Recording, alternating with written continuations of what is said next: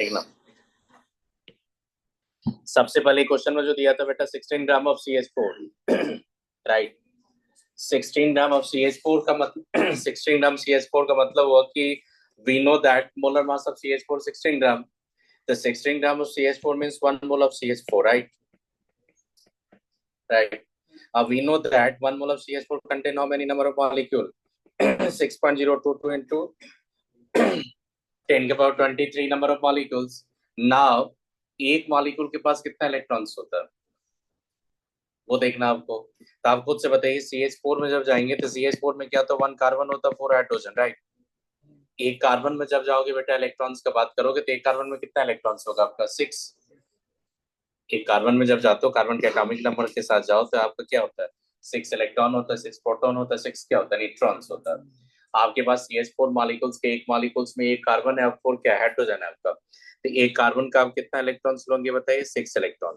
4 hydrogen है तो एक एक हाइड्रोजन में एक एक इलेक्ट्रॉन होता है। तो definitely for the 4 hydrogen you have to take the 4 electrons. तो बेटा यहाँ पे 4 इलेक्ट्रॉन देंगे तो टोटल कितना इलेक्ट्रॉन मिल गया आपको 10, right?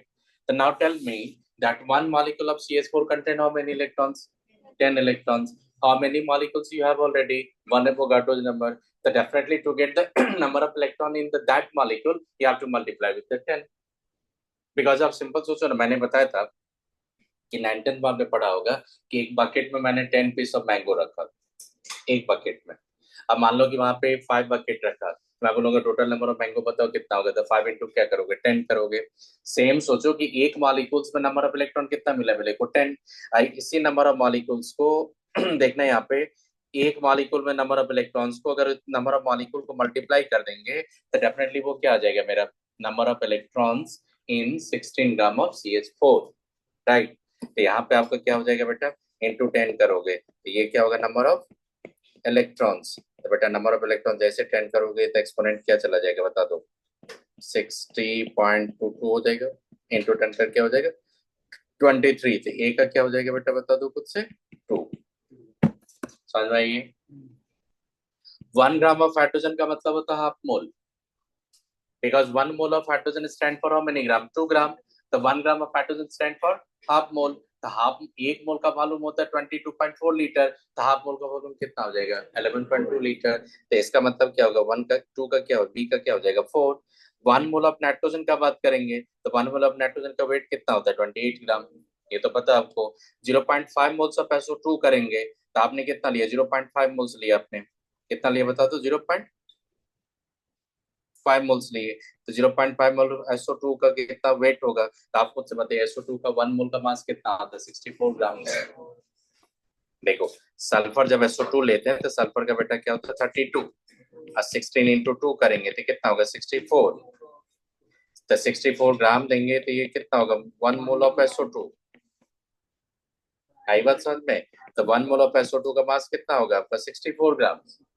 तो आप खुद से बताइए कि 0.5 मोल्स का मास क्या होता था, मास जब फाइंड करते थे मास जब फाइंड करते थे क्या होता number of moles into Vinayak बताओ नंबर ऑफ मोल्स इनटू क्या होता है मोलर मास। Yes sir. क्या बोलते हैं ग्राम मोलर मास बोलते हैं हम लोग, ग्राम मोलर मास। आपको तो पता है ग्राम नंबर ऑफ मोल 0.5 है, ग्राम मोलर मास कितना 64। जैसे करेंगे तो 32 ग्राम। तो 32 gram stand for how many moles of SO2 half mole. आई बात समझ में। तो यहाँ पे बेटा क्या हो जाएगा डी का क्या हो जाएगा आपका बताइए 3। तो आपका ए का क्या हो जाएगा यहाँ पे 4। ए का 4 नहीं नहीं ए का क्या था लिया ए का मैंने 2 लिया था। हाँ ए का 2 लेंगे। अब बी का क्या हो जाएगा 4, सी का हो जाएगा आपका 1, सी का हो जाएगा आपका 1। तो देखेंगे सी का 1 और डी का 3। तो कौन सा हो जाएगा ऑप्शन। आप देखो ये कौन सा था 2023 में कहाँ पूछा था जेई मेन में।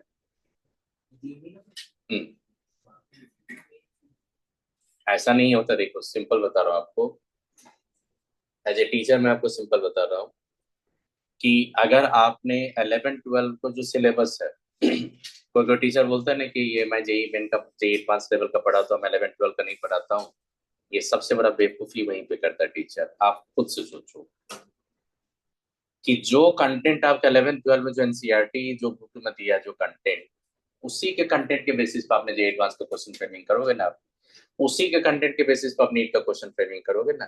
तो जेई मेन का जेई एडवांस का क्वेश्चन आप थोड़ा ट्विस्ट कर देते हो रीजन क्या है उसका, ट्विस्ट करने का रीजन क्या है कि इंजीनियर बनाना उसको। तो इंजीनियर बनाने के लिए जब जाएगा तो इंजीनियर एक ऐसा बनाना है कि उसका आईक्यू लेवल वहां पे चेक होता है कि आपका लॉजिकल एनालॉजिकल पावर कैसे है, आपका आईक्यू कितना काम करता है, वो इंजीनियर का काम होता है। मेडिकल के बच्चे को क्या करना है, डॉक्टर बनाना है। तो डॉक्टर बनाने के लिए न्यूटन का थर्ड लॉ और सेकंड लॉ काम नहीं देगा, जो फैक्ट बता रहा हूँ। डॉक्टर बनाने के लिए ये कभी नहीं काम देगा कि मान लो कि उसमें कंसंट्रेशन यूनिट्स क्या होते हैं, ये सब काम नहीं देता, जो फैक्ट मैं बता रहा हूँ आपको। लेकिन एक बेसिक साइंस आपको दिया जाता है 11 12 में, ताकि बेसिक साइंस आपको पता होना चाहिए, क्योंकि आप जिस फील्ड में जाओगे उस फील्ड में बेसिक साइंस का कहीं ना कहीं थोड़ा यूज होता है। एक बेसिक टर्म्स जानना चाहिए, बेसिक साइंस आपको पता चलना चाहिए। रियलिटी बात है ये कि डॉक्टर बनने जाओगे, डॉक्टर बनने के लिए आपका बायोलॉजी का जो जियोलॉजी छोड़ के बॉटनी का भी काम नहीं है। लेकिन बॉटनी का बोलोगे क्यों नहीं काम है, हाँ बॉटनी का आगे काम होगा, क्या काम होगा, तो जब लोग मेडिसिन का कंपोजिशन पढ़ते हैं, कुछ भी करते हैं, तो उसमें सब एक्सट्रैक्शन होता है, तो ये थोड़ा आइडिया होना चाहिए, इसीलिए आपको जियो बॉटनी भी पढ़ना पड़ता है। केमिस्ट्री में भी जाओगे तो केमिस्ट्री में बहुत कुछ ऐसे थ्योरी जिसका मेडिकल में जाके काम नहीं होता, एक्सेप्ट बायोकेमिस्ट्री। बायोकेमिस्ट्री का ही मेडिकल फील्ड में काम है, और किसी का काम नहीं है। ठीक। फिजिक्स में जाओगे तो इंजीनियर, तो इंजीनियर को क्वेश्चन ऐसा दिया जाता है ताकि देखा जाता है उसका जो आईक्यू लेवल कैसा है, रिप्रेजेंटेशन का कितना आप लेवल का क्वेश्चन कर सकते हो, इसीलिए वो ऐसा क्वेश्चन दिया जाता है। लेकिन नीट का क्वेश्चन का फ्रेमिंग होता है सीधा, वो एक क्लियर कट रहता है कि आपको क्या करना है, सेलेक्ट करना है, इसलिए क्वेश्चन वैसे रखता है। आप कहीं भी क्वेश्चन का जो कंटेंट देखोगे तो 11 12 का जो स्टैंडर्ड होता है आपका, उसी के कंटेंट, उसी के थ्योरी पे बेस्ड क्वेश्चन रहता है। तो आपको उस क्वेश्चन करने के लिए आपको थ्योरी पढ़ना पड़ेगा, जो फैक्ट है आपको। तो कोई बोलता है कि मैं जे एडवांस का प्रिपरेशन करता हूँ, उसका मतलब थ्योरी आप नहीं पढ़ाओगे, तो थ्योरी नहीं पढ़ाओगे तो क्वेश्चन कहाँ से पूछ लूंगा मैं। Are you getting my points? एक सिंपल स्टोरी मैं बता रहा हूँ आपको। जब क्लास 9 10 में आप पढ़ते थे, तो आप 9 10 में स्कूल कितना दिन जाते थे, 4 डेज जाते थे कि नहीं, कितना, 5 डेज, 5 डेज जाते थे। ट्यूशन कितना दिन जाते थे, एक दिन। 2 घंटा क्या होता था, या तो फिजिक्स, या तो 2 घंटा क्या होता था, या तो केमिस्ट्री, या तो 2 घंटा क्या होता था, मैथ।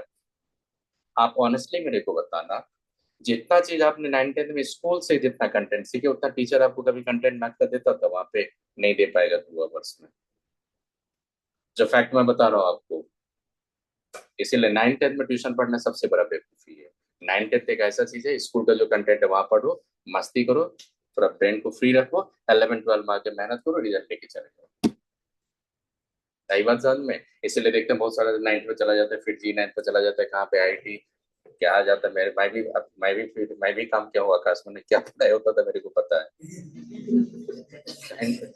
क्या पढ़ाई होता है ना बेटा, मेरे को पता है। इसलिए मेरे को कोई बोलेगा कि नहीं वहां पे बहुत अच्छा पढ़ाई होता है, मैं भी वहां पे 10 साल काम करके निकला हूँ ना, मैं भी जानता हूँ क्या पढ़ाई होता था, कैसे उसका प्लानिंग होता था, सब मैं जानता हूँ। 6 से दे देता है, नर्सरिंग होगा, क्या नर्सरिंग होगा, अरे घर से बढ़िया नर्सरिंग और कहाँ होगा। तो मम्मी पापा के साथ बैठेगा बच्चा, वहां पे बात करेगा, ओपनली बात करेगा, फ्रेंडली बात करेगा, जो प्रॉब्लम होगा पापा को शेयर करेगा, मम्मी को शेयर करेगा, पापा मम्मी को थोड़ा टाइम देंगे, वहां से बच्चा का नर्सरिंग होता है, वहां बच्चा मेंटली स्ट्रांग बनता है। कई बात समझ में, फिजिक्स पढ़ाने से मेंटली, केमिस्ट्री पढ़ाने से मेंटली स्ट्रांग नहीं बनता है। 9 10 से पूरा फिजिक्स केमिस्ट्री देती है। चलो छोड़ो वो सब। इसीलिए देखो यहाँ पे क्या करना बेटा, यहाँ पे देखो, तो ये समझ में आ गया आपको क्या मैं बोला।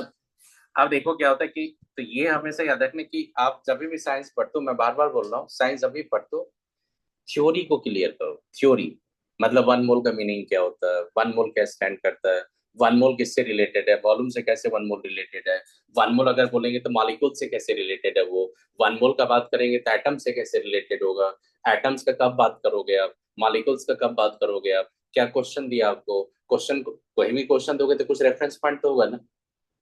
कहीं भी मान लो कि मैंने बोला कि find the mass of 5.6 litre of NH3, तो आपके पास रेफरेंस पॉइंट है ना कि 5.6 लीटर NH3 का मास फाइंड करने जा रहे हो, तो आपके पास एक रेफरेंस पॉइंट है ना कि 1 मोल का मास वॉल्यूम क्या होता है STP पे। आई बात समझ में। उसके बाद अगर ये कॉन्सेप्ट होगा तो आप फार्मूला यूज करो या थ्योरी यूज करो या ओरली बनाओ, वो तो आपका है वो। आई बात समझ में। तो इसीलिए मैं बार बार बोलो, साइंस जब पढ़ते हो तो थ्योरी पार्ट क्लियर करो, थ्योरी क्या तो वो समझो। एक एक डिफिनेशन जो होता है उसका कुछ मीनिंग होता है, एक एक डिफिनेशन का मीनिंग होता है, फिर उसका मैथमेटिकल एक्सप्रेशन थोड़ा डिफरेंट हो जाता है, मैथमेटिकल एक्सप्रेशन वही होता है, लेकिन वो थोड़ा कॉम्प्लिकेटेड आ जाएगा, लेकिन उसी को अगर समझ में आ जाएगा तो साइंस आपका क्लियर है। ये समझ में कितना हो जाएगा ये, तब पकड़ लोगे। फिर मैंने क्या क्वेश्चन दिया था, मैंने क्वेश्चन दिया था, देखिए ईशान, मैंने दिया था find the mass of, find the number of electrons, किसमें बोला था मैंने, 2.0 ग्राम ऑफ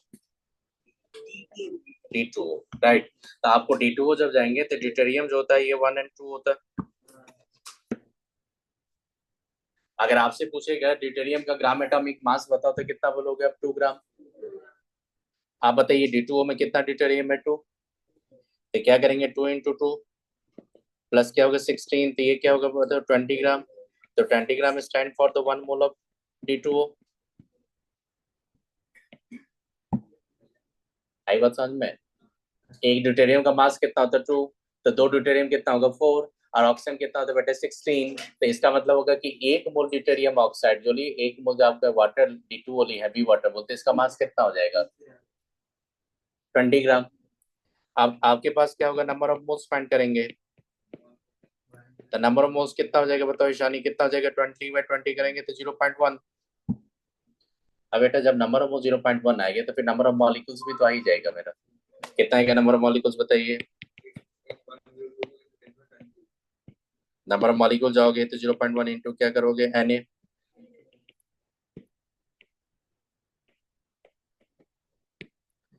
अब बताइए these are the number of molecule in the 2 gram of D2O। आप देखो यहाँ पे 1 molecules of D2O contains 10 electrons. बिना के बताइए 10 इलेक्ट्रॉन्स है कि नहीं 1 मॉलिक्यूल ऑफ D2O के पास? Yes sir. क्यों? क्योंकि ड्यूटेरियम के पास कितना इलेक्ट्रॉन्स होता है? 1। वंस। देखो ड्यूटेरियम जो बेटा लेते हो ना, ड्यूटेरियम जो लेते हैं इसमें 2 लिए, इसमें इलेक्ट्रॉन होता है एक, प्रोटॉन होता है एक न्यूट्रॉन भी आता है 1। आई बात समझ में? और ट्रिटियम जो लेते हैं ना, ट्रिटियम होता है 1 3, इसमें क्या होता है? इलेक्ट्रॉन होता है, इसमें भी एक प्रोटॉन, इसमें 1, न्यूट्रॉन जो होता है वो 2। ये जो आइसोटोप्स होता है हाइड्रोजन के, they differ in the number of neutrons but all isotopes having the same number of electron, same number of protons, सब एक होता है। तो यहाँ पे जाएंगे तो आपका ड्यूटेरियम कितना है? वहां पे हैवी वाटर में 2। तो उसमें कितना इलेक्ट्रॉन लेंगे? 2 इलेक्ट्रॉन। तो 2 ड्यूटेरियम से कितना इलेक्ट्रॉन लेंगे? 2 इलेक्ट्रॉन्स। और एक क्या आपके पास ऑक्सीजन है, उससे कितना इलेक्ट्रॉन लेंगे बेटा? 8 इलेक्ट्रॉन्स। तो टोटल कितना हो गया? 10 इलेक्ट्रॉन्स। सही बात समझ में? अब बताइए आपके पास बेटा कितना मॉलिक्यूल्स है? This is the number of molecules. One molecule contain how many electron? 10 electron. तो what's the number of electron that molecules? Na। Any number of electron. Yes Na। तो 0.1 Na को जब मल्टीप्लाई कर देंगे 10 से बेटा तो ये Na आ गया। और उसके बाद आप क्या करेंगे? ऑप्शन अगर Na में देगा तो ऑप्शन N में रखेंगे इलेक्ट्रॉन्स। आप जैसे जाओगे तो उसमें क्या करोगे? आप उसके टर्म में करेंगे तो आपका देखना वहां पे या तो Na में का टर्म में दे देगा या तो आपको 6.022 इंटू 10 क्या लेंगे? 23 दे देगा। तो बेटा ये समझ में आ गया how to find the number of neutron proton, ये सब आएगा। फिर एक क्वेश्चन लिखो, उसके बाद मैं आगे प्रोसीड करूंगा। लिखो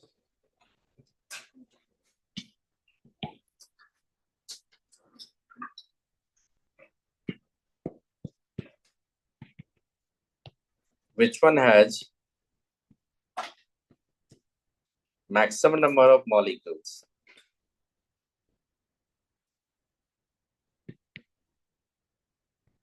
Three gram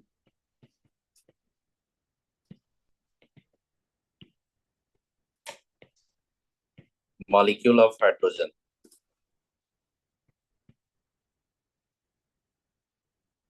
6.4 kg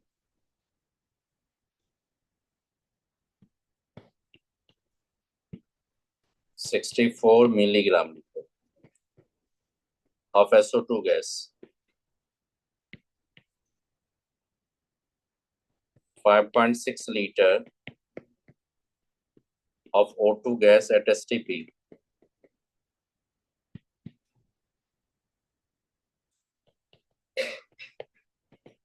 1 liter of water at STP.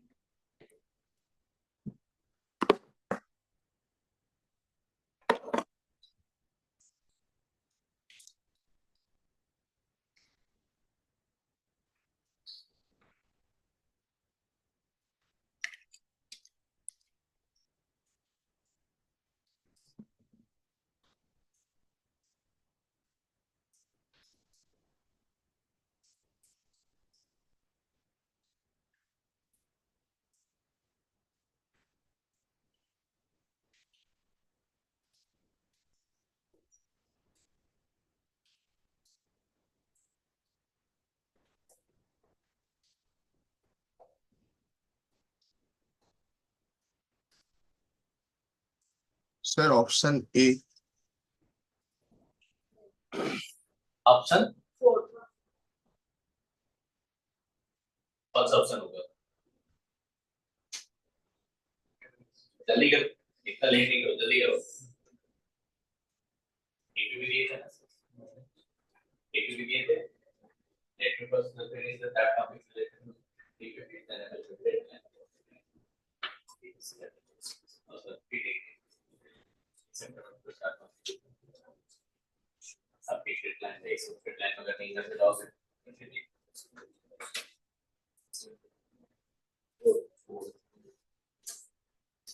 why 4 is the maximum number of molecules?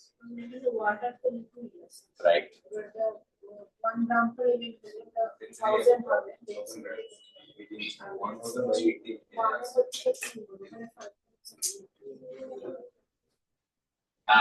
एकदम टाइम लगाओ, एकदम टाइम लगाओ। कितना है आपका?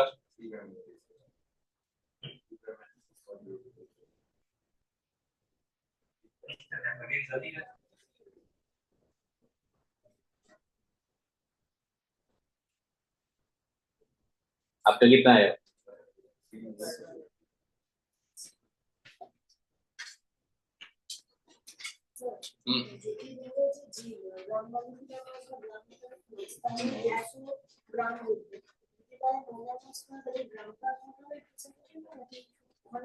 मोलर मास टेलीग्राम पर ना लिख लो, ये तो तुम्हें लिखे इस मोलर मास तालुका तो ही चलो टेलीग्राम लिख लो।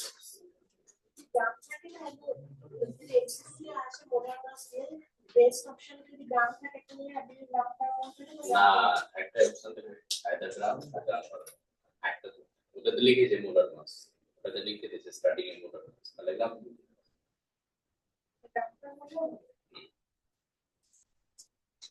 कौन सा ऑप्शन आएगा?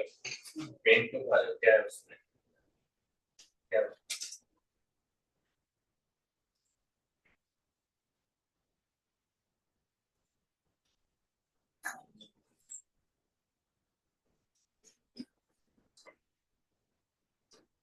कितना है दीपक आपका?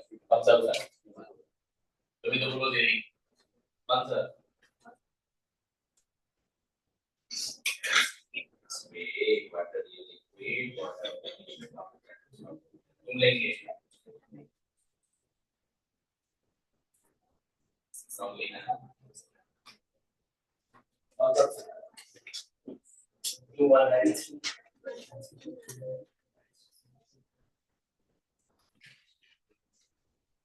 अब हीरो कितना है? समझ में नहीं आ रहा है आगे इधर बैठ, पीछे नहीं बैठा तो आगे बैठा, देखा शायद आगे बैठा। तो मुझे भी बोलो कौन सा ऑप्शन होगा?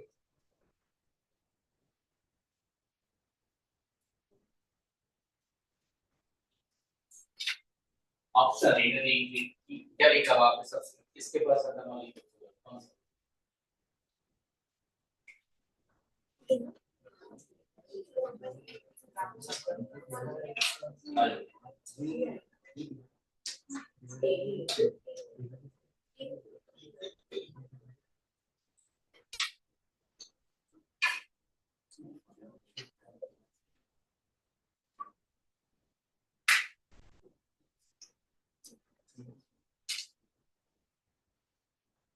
कौन सा ऑप्शन होगा?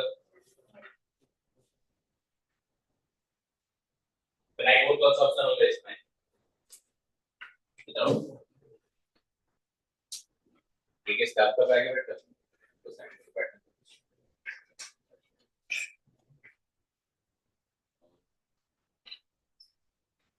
तो किस तरह का कौन सा स्टूडेंट है तो बैठा तो नहीं है यहाँ पे।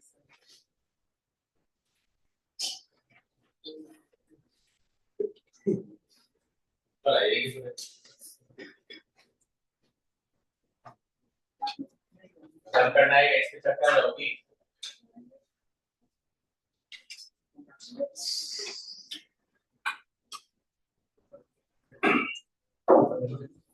देखो देखो सबसे पहले विनायक देखना यहाँ पे क्या होगा, सुनो कौन सा ऑप्शन होगा बताइए। ईशानी बताओ तो कौन सा ऑप्शन होगा इसमें? सर एक और 4 में कंफ्यूज है। कंफ्यूजन है। ईशानी बताइए आपका कौन से कहाँ कंफ्यूजन है इसमें?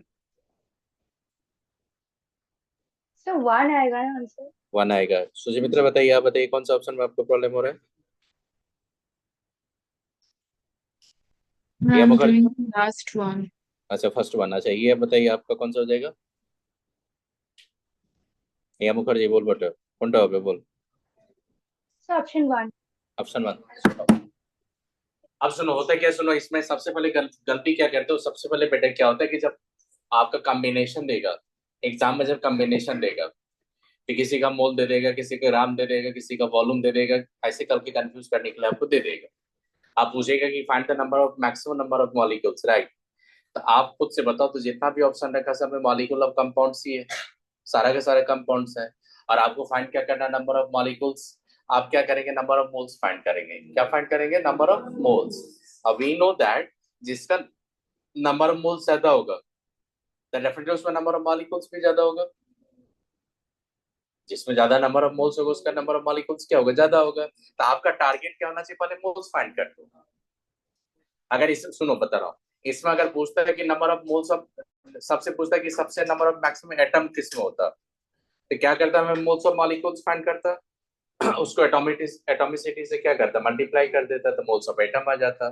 तो जहां भी ज्यादा मोल्स ऑफ एटम होता वही मेरा ऑप्शन आ जाता। तो आप क्वेश्चन आपने देखा कि पूछ रहा है कि मैक्सिमम नंबर ऑफ मॉलिक्यूल्स किसमें होगा, तो आपका सबसे पहला टारगेट होगा मोल्स फाइंड करना। आई बात समझ में? तो जो फर्स्ट ऑप्शन दिया था उसमें मैंने लिखा था 3 ग्राम मॉलिक्यूल्स, इसका मतलब वो अंडरस्टूड है कि 3 मोल्स है। वो कितना मोल्स है? वो 3 मोल्स। तो फर्स्ट ऑप्शन में आपने देखा 3 मोल्स। तो सबसे पहले देखूंगा मैं यहाँ पे, देखो मैं क्या बताऊंगा, नंबर ऑफ मोल्स में फाइंड करो, number of moles. The number of moles इसका मैंने फाइंड किया 3 मोल्स, राइट? क्योंकि 3 ग्राम मॉलिक्यूल सही है। देखो अगर मैं बोलता, सुनो, अगर मैं बोलता 3 ग्राम ऑफ हाइड्रोजन, तो फिर 3/2 होता। लेकिन मैंने लिखा 3 ग्राम मॉलिक्यूल्स, तो 3 gram molecule, 1 gram molecule, 5 gram molecule, these all represent the number of moles. मैंने बताया था ना आपको, 3 ग्राम मॉलिक्यूल्स हो गए। इसमें जाएंगे 64 मिलीग्राम से, तो मिलीग्राम को ग्राम में कन्वर्ट करेंगे, इसका मोलर मास 64 होता है, तो 1 × 10⁻³ मोल्स होगा। इसमें देखो 5.6 लीटर ऑक्सीजन गैस लिया आपने, तो 5.6 बाई क्या हो जाएगा, यहाँ पे 22.4 होगा, तो ये 0.25 मोल्स हो जाएगा। चेक कर लो, 1/4 होगा तो 0.25 मोल्स आएगा। अब ये क्या होता है, वाटर जो बात करते हो ये होता है लिक्विड, तो you don't have to consider the water as a gas. तो वहां पे आप 22.4 लीटर का मिस्टेक्स नहीं करोगे। आप क्या लोगे यहाँ पे, डेंसिटी का रेफरेंस लोगे। तो बेटा डेंसिटी ऑफ वाटर जो होता है, डेंसिटी ऑफ वाटर होता है 1 ग्राम पर ml। और मैंने बोला था ना आपको कि कुछ नहीं करना, आपको वॉल्यूम ऑफ वाटर को ml में एक्सप्रेस कर देना, और ml को आप ग्राम में एक्सप्रेस कर दो, क्योंकि डेंसिटी 1 ग्राम पर ml होता है आपका, तो डायरेक्ट आपका क्या आ जाएगा, मास आ जाएगा। तो आपने इसको ml में एक्सप्रेस जैसे करेंगे, तो लिटरली ये कितना 1000 ml है, 1000 ml का मतलब क्या होगा, ये 1000 ग्राम है। ये आई बात समझ में? तो 1000 ग्राम का मतलब क्या होगा, 1000/18, ये जाओगे तो ये हो जाएगा 55.55 मोल्स। आप बेटा बताओ, तो जितना भी इसमें वैल्यू दिया था उसमें सबसे ज्यादा नंबर ऑफ मोल्स किसके पास है? 4. 4। आप बताइए सबसे ज्यादा नंबर ऑफ वाटर मॉलिक्यूल किसके पास होगा? 4. 4। आई बात समझ में? अगर इसी को इंक्रीजिंग डिक्रीजिंग ऑर्डर में अरेंज करते हैं ना, तो सबसे ज्यादा नंबर ऑफ मॉलिक्यूल होता है 4 में, उसका होता है 1, राइट? उसका होता है 3, सबसे कम किसमें होता है 2 में। तो बेटा समझ में कैसे फाइंड करोगे, ये नंबर ऑफ मॉलिक्यूल्स कैसे फाइंड होता है? पहले फाइंड क्या होता है, नंबर ऑफ मोल्स। क्योंकि ये पता है मेरे को, मोल्स फाइंड करने के बाद हम लोग किससे मल्टीप्लाई करेंगे, Na से, तो सबके लिए तो कॉमन होगा। तो what you need to find that value, simply you have to find the number of moles. जिसका नंबर ऑफ मोल्स ज्यादा होगा उसका नंबर ऑफ मॉलिक्यूल्स ज्यादा होगा। आई बात समझ में?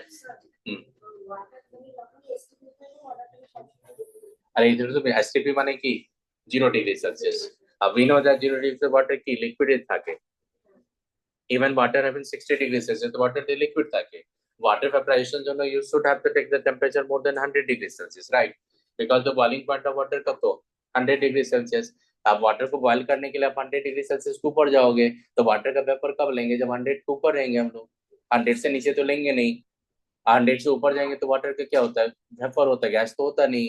तो वाटर अगर गैस होता तो हम लोग आइडियल गैस इक्वेशन लेके PV equal to NRT put करके हम लोग 22.4 लीटर लाते।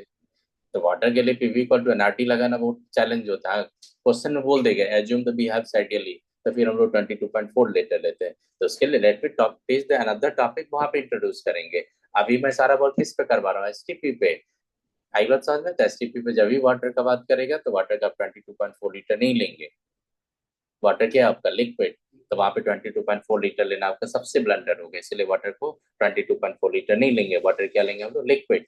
अब वाटर लिक्विड का अगर वॉल्यूम दिया होगा तो उसका मास फाइंड करने के लिए क्या चाहिए, डेंसिटी। डेंसिटी वाटर का तो अंडरस्टूड है, कितना होता है 1 ग्राम पर ml, अंडरस्टूड है ये। तो वहां से क्या फाइंड कर लेंगे, mass of water. After getting the mass of water, you can find the moles, you can find the number of molecule, you can find the number of electron, you can find the number of electron, proton, सब find कर सकते हो। पहले क्या find करना है, number of moles. Sir अगर यहाँ पे H2O ब्रैकेट में G लिखा है तब 22.4 लीटर किसको, H2O? हाँ H2O अगर गैस लिया रहता है हाँ तभी हम लोग 22.4 लीटर लेते हैं, नहीं तो नहीं लेंगे। आई बात समझ में? कौन सा हो जाएगा, ऑप्शन 4 कर लेंगे यहाँ पे। नेक्स्ट लिखो,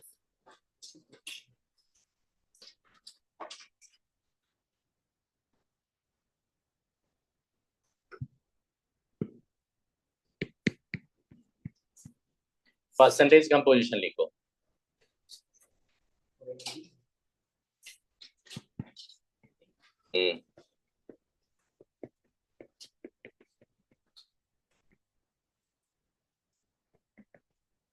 परसेंटेज कंपोजिशन ऑफ एलिमेंट्स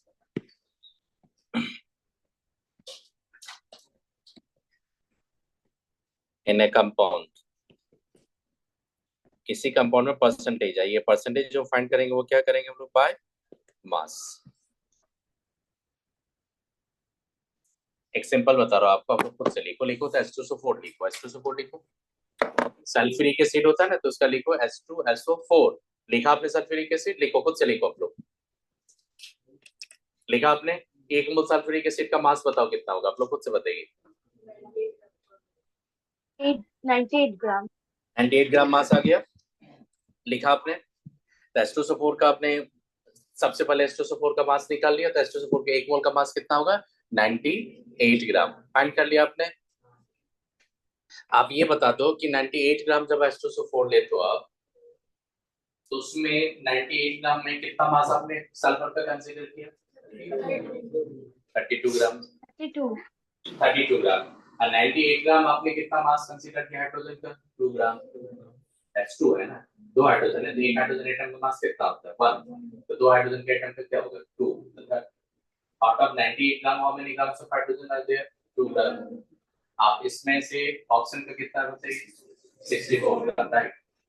अगर मैं बोलूंगा कि स्टूडेंट मान लो कि 30 स्टूडेंट्स है, अब मैं सामने को लेके बोलूंगा इसका मास परसेंटेज आप बताओ कितना होगा, तो क्या करोगे, इसका मास को आप टोटल स्टूडेंट के मास को ऐड कर दोगे, और टोटल स्टूडेंट का मास इतना है, इसके मास को टोटल स्टूडेंट के मास से क्या करोगे, डिवाइड कर दोगे, 800 कर दोगे, तो इसका मास परसेंटेज आएगा, सामने का आ जाएगा।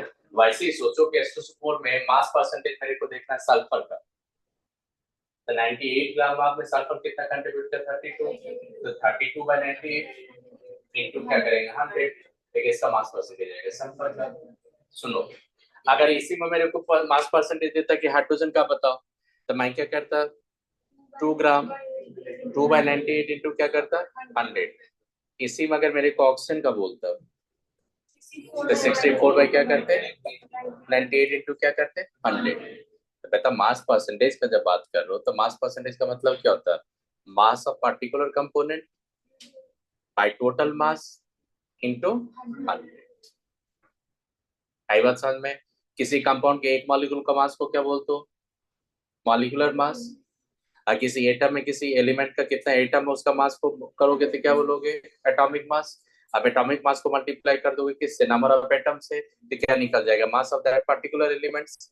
टोटल मास से आप डिवाइड कर दोगे, इनटू 100 करोगे तो क्या निकलेगा, मास परसेंटेज। आई बात समझ, मास परसेंटेज क्या होता है। तो लिखो यहाँ पे, देखो मास परसेंटेज क्या होता है, देखना। जैसे मैं एक एग्जांपल लेके चलता हूँ, फॉर एग्जांपल ले लिया मैंने ग्लूकोज। बेटा ग्लूकोज का आप मोलर मास जानते हो, ग्लूकोज होता है C6H12O6। इसका मोलर मास जाओगे तो 180 ग्राम होता है। कैसे 180 ग्राम होगा? तो देखो बेटा क्या करेंगे, 6 into 12 plus 12 into 1 plus 6 into 16, total add करोगे तो 180 आएगा। अब बताइए ग्लूकोज का एक मोल का मास कितना होगा? 180 ग्राम। ग्लूकोज के एक मॉलिक्यूल का मास कितना होगा? 180 यू। 180 क्या बोला था? यू बोला था। अब देखो यहाँ पे क्या करूंगा, परसेंटेज ऑफ मैं फाइंड करूंगा कार्बन बाय मास। तो देखो क्या करेंगे, 6 इंटू 12 किसका मास है ये? Carbon. Say 6. कार्बन का। अब 180 किसका मास है टोटल? इंटू क्या करेंगे? 100। 100. जैसे करेंगे बेटा कैंसिल हो रहा है कि नहीं? देखो वहां पे 3 से कैंसिल हो जाएगा, 40% आ जाएगा कि नहीं? This is you are getting the 40% of किसका फाइंड किया आपने? 40% कार्बन का। सिमिलरली अगर परसेंटेज ऑफ मान लो मेरे को ऑक्सीजन का पूछता, ऑक्सीजन बाय मास होता, तो बेटा क्या होता? 6 इंटू 16 बाय 180 इंटू क्या कर देते? 100 कर लेते। सिमिलरली अगर मान लो कि मैं हाइड्रोजन का फाइंड करते तो क्या होता? 12 इंटू 1। बेटा ये बता दो, ये जो 6 ये दिखा रहा है, ये क्या दिखा रहा है? नंबर ऑफ एटम पर मॉलिक्यूल्स। ये 6 सब क्या दिखाता है? नंबर ऑफ एटम्स पर मॉलिक्यूल्स। अगर मान लो हाइड्रोजन 12 है तो क्या करेंगे? 12 into 1 by total mass into 100। अब देखो यहाँ से कंक्लूजन लेता हूँ, अगर कोई भी मॉलिक्यूल्स होगा, अगर उसमें मास परसेंटेज आप फाइंड करोगे तो एक जनरलाइज कर देता हूँ, ये देखो परसेंटेज ऑफ एन एलिमेंट्स, किसी भी एलिमेंट का परसेंटेज फाइंड करोगे बाय मास तो क्या होगा? देखो नंबर ऑफ एटम्स पर मॉलिक्यूल्स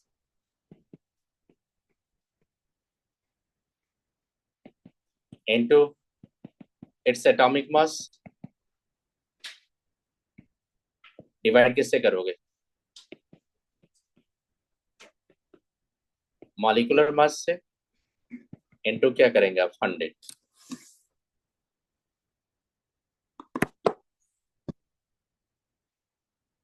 देखो मैंने एक जनरलाइज किया कि एक मॉलिक्यूल के ग्लूकोज में नंबर ऑफ कार्बन एटम कितना था? 6। What should be the atomic mass of that element? 12। तो 6 इंटू क्या करेंगे? 12 डिवाइड आपने किससे किया? मॉलिक्यूलर मास से। अब मल्टीप्लाई किया किससे आपने? 100 से। तो क्या निकल जाएगा? मास परसेंटेज किसका निकलेगा? कार्बन का। अब देखो क्वेश्चन क्या देगा, क्वेश्चन देगा आपको एक ऐसा कंपाउंड जिस कंपाउंड के मॉलिक्यूलर फॉर्मूला आपको पता नहीं है। क्वेश्चन जब फ्रेमिंग करते तो एक ऐसा कंपाउंड देगा जिसका मॉलिक्यूलर फॉर्मूला आपको पता नहीं है, और फिर वहां से आपको परसेंटेज कंपोजिशन के बारे में इंफॉर्मेशन देगा। अब बेटा परसेंटेज का जब बात करते हैं तो परसेंटेज का मतलब ही होता है आउट ऑफ 100।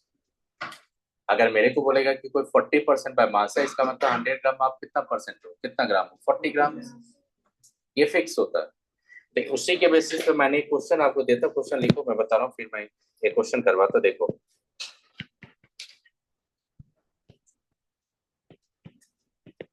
हीमोग्लोबिन होता, अब बताओ कोई मॉलिक्यूलर फॉर्मूला ऑफ हीमोग्लोबिन बताओ कोई।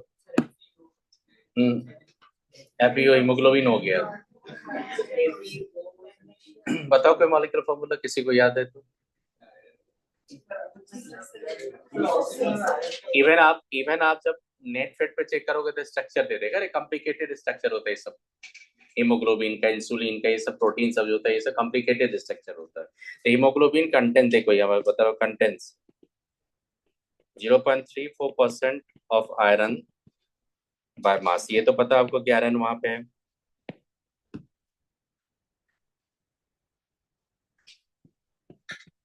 And its atomic molecular mass होगा ना,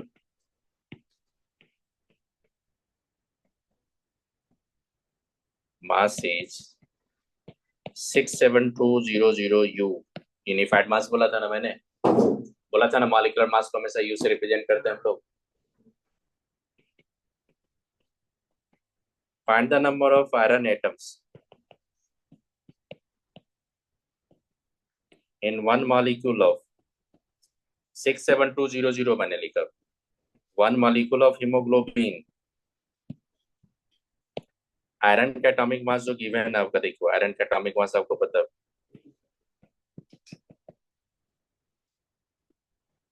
गुड। गुड। आयरन का एटॉमिक मास कितना होता है? 56 U। अब इसके में से देखो, haemoglobin contains 0.34% of iron per mass, it's molecular mass is the 67200 U। Find the number of iron atoms in one molecule of haemoglobin. आपको फाइंड करना है कि एक मॉलिक्यूल ऑफ हीमोग्लोबिन में कितना आपका आयरन एटम्स हो गए, ये फाइंड करना है।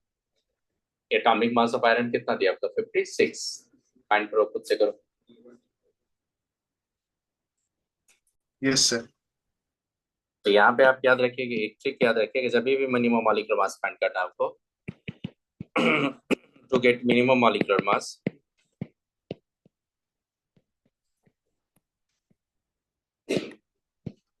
Number of atom should be, कितना होना चाहिए?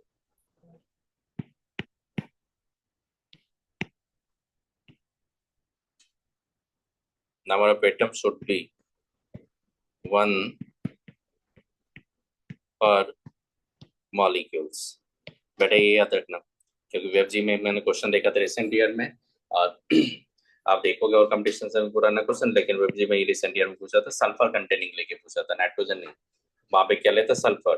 तो सॉल्यूशन फाइंड करेंगे तो किसका नंबर ऑफ एटम 1 लेंगे पर मॉलिक्यूल? नाइट्रोजन का। परसेंटेज बेटा कितना दिया? 4%। तो 350 आंसर है। यस 350। तो ये 4% लेंगे आप। नंबर ऑफ एटम पर मॉलिक्यूल कितना लेंगे? 1। एटॉमिक मास नाइट्रोजन का 14। गुड। मोलर मास क्या लेंगे? m कर दिए या x कर देंगे, इनटू क्या कर देंगे? 100। m का वैल्यू कितना हो जाएगा? 350 U। मॉलिक्यूलर मास बोले तो मॉलिक्यूलर मास होता है U। अगर यहीं पे मोलर मास होता तो क्या बोलते हैं? ग्राम। सही बात समझ में?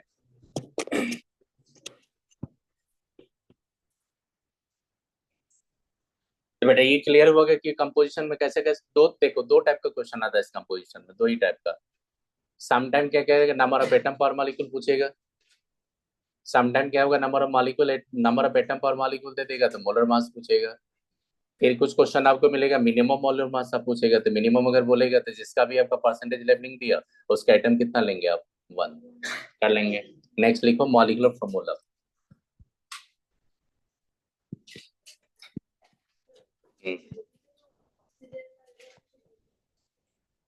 Atomic mass which one? हाँ, एटॉमिक मास जिसका कम होगा उसका पर एटम ले लेंगे। ऑक्सीजन में ना मॉलिक्यूल जोड़ दो ना, एटम का जोड़ दो। एटम क्योंकि we are working for the compound, the compound should be the atoms of respective elements. Molecule का नो। देखो मॉलिक्यूलर फॉर्मूला क्या होता है, सुनो। मॉलिक्यूलर फॉर्मूला रिप्रेजेंट करता है actual number of atoms of different elements in a molecule of compound.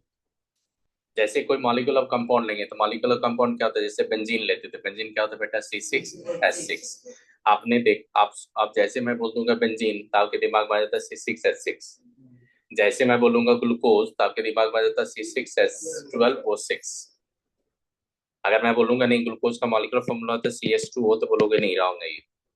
क्योंकि मेरे को पता है ग्लूकोज में पर मॉलिक्यूल कितना एटम होता है? 6 एटम है कार्बन का, 12 हाइड्रोजन का, ऑक्सीजन का क्या होता है? 6। ये ट्रू है।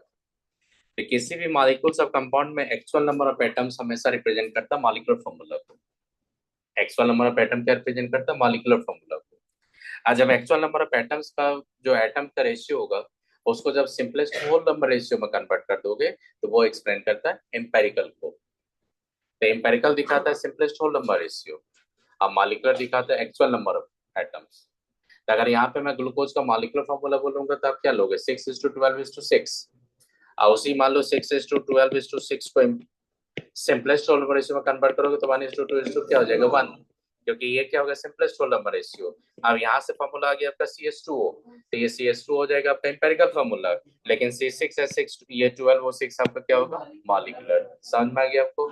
आप खुद से सोचो कि अगर आपके पास CH2 हो गया एम्पेरिकल फॉर्मूला और ये आपका क्या? Molecular formula. मैं जाऊंगा तो ये कॉमन मल्टीपल कितना है आपके पास? 6 है यहाँ पे। अगर मेरे को एम्पेरिकल फॉर्मूला मेरे को CH2O मिला और कॉमन मल्टीपल मेरे को पता चला कि 6 है, तो 6 से मल्टीप्लाई करेंगे तो क्या आ जाएगा? Molecular formula. आई बात समझ में? तो हमेशा याद रखिएगा कि एम्पेरिकल मॉलिक्यूलर फॉर्मूला में कुछ ना कुछ कॉमन मल्टीपल्स होता है। आई बात समझ में? वो कॉमन मल्टीपल को कैसे कैलकुलेट करोगे और कैसे आप एम्पेरिकल को मॉलिक्यूलर में लेके जाओगे, परसेंटेज कंपोजिशन को कैसे इंपेरिकल में कन्वर्ट करोगे, ये क्वेश्चन आपसे पूछेगा। कोई डेफिनेशन नहीं पूछेगा, इंपेरिकल फार्मूला क्या होता है, मॉलिक्यूलर फार्मूला क्या होता है, ना स्कूल के एग्जाम पूछेगा आपको, ना कंपटीशन में पूछेगा, क्योंकि ये सब बेसिक चीज है। तो आपको मॉलिक्यूलर फार्मूला पता होना चाहिए, इंपेरिकल फार्मूला पता होना चाहिए, लेकिन इस पे क्वेश्चन का कैलकुलेशन आप कैसे करोगे वो मैं बता रहा हूँ। तो लिखो यहाँ पे मॉलिक्यूलर फार्मूला क्या होता है, देखो it represents actual number of atoms of different elements in a molecule of the compound। किसी भी कंपाउंड के एक मॉलिक्यूल में एक्चुअल नंबर ऑफ एटम्स को क्या बोलते हैं हम लोग, मॉलिक्यूलर फार्मूला। जैसे बेटा बेंजीन के लिए क्या बोलते हो आप, CH3COH क्या होता है बेटा आपका, एसिटिक एसिड होता है कि नहीं। ग्लूकोज का बताएंगे तो CH6H12 वो 6 होगा, तो ये क्या होता है आपका ग्लूकोज। ये समझ में गया, एक्चुअल नंबर ऑफ एटम्स अगर बोलोगे तो क्या होगा, एम्पेरिकल नहीं क्या होगा, मॉलिक्यूलर। नेक्स्ट लिखो एम्पेरिकल, तो फास्ट करो, ये बेसिक चीज राइट। मोबाइल साइलेंट करो। It represents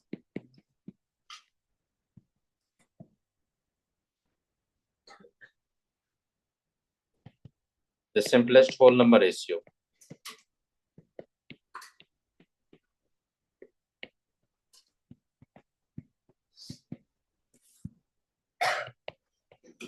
atoms of different elements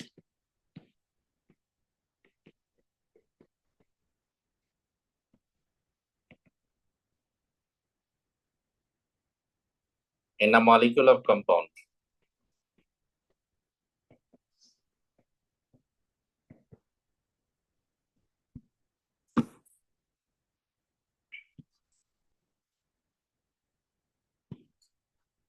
एक एग्जांपल ले रहा हूं, देखिएगा।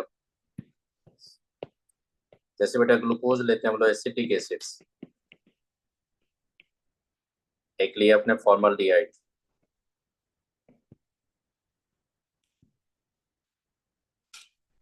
आप देखे होंगे ग्लूकोज का जो मॉलिक्यूलर फार्मूला होता है C6H12O6, एसिटिक होता है CH3COH, इसका होता है फॉर्मल्डिहाइड का CHO। तीनों कंपाउंड में कॉमन क्या देखोगे तो कार्बन हाइड्रोजन ऑक्सीजन तीनों में कॉमन है। बताइए आप क्या करेंगे, देखना है यहाँ पे कार्बन हाइड्रोजन ऑक्सीजन का रेशियो लूंगा मैं, carbon atom hydrogen atom oxygen atom का रेशियो लूंगा मैं। जैसे रेशियो लेंगे तो 6:12 क्या हो जाएगा, ये 6 बेटा 1:2:1 हो जाएगा कि नहीं, आई बात समझ में। एसिटिक एसिड जाएंगे तो 1, देखो यहाँ पे क्या हो जाएगा, कार्बन कितना आपका 2, ऑक्सीजन कितना 4, हाइड्रोजन कितना है, नहीं ऑक्सीजन 2, तो बेटा कितना 1:2:1। इसमें जाएंगे तो ऑलरेडी आपका 1:2:1 है। तीनों कंपाउंड में देखो simplest roll number ratio same है। तो आप एम्पेरिकल फार्मूला की जब बात करेंगे, ये तीनों कंपाउंड का एम्पेरिकल फार्मूला, तो ये एम्पेरिकल फार्मूला हो जाएगा आपका, देखना यहाँ पे CH2O।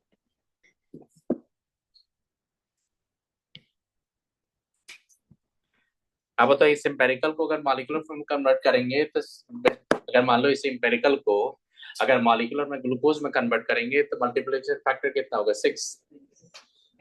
इसी एम्पेरिकल को अगर मॉलिक्यूलर में कन्वर्ट करेंगे एसिटिक एसिड में तो कितना मल्टीप्लिकेशन फैक्टर होगा, 2।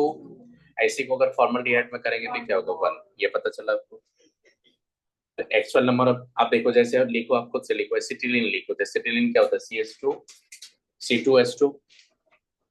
एसिटिलीन का बात करते हैं, एसिटिलीन देखना यहाँ पे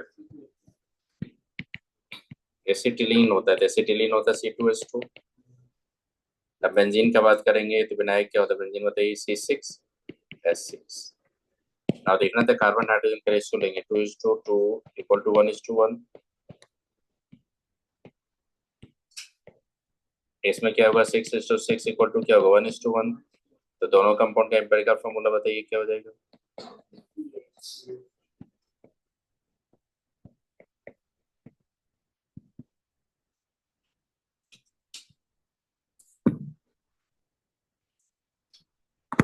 अब ये बताना एम्पिरिकल फॉर्मूला जो मैंने सिटिलीन या बेंजीन का लिया उसका मास कितना होगा। Empirical formula contain the one carbon one hydrogen, तो 12 + 1 कितना होगा 30। अब बेंजीन का मास कितना होता है 78।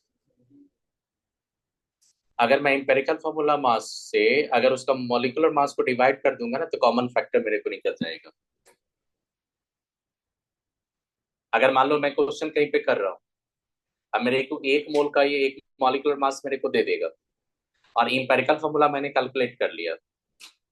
अगर एम्पिरिकल फॉर्मूला कैलकुलेट करके उसको मॉलिक्यूलर फॉर्मूला में कन्वर्ट करूंगा तो कॉमन फैक्टर पहले फाइंड करना पड़ेगा। तो कॉमन फैक्टर फाइंड करने के लिए क्या करोगे, molecular mass by empirical formula मास।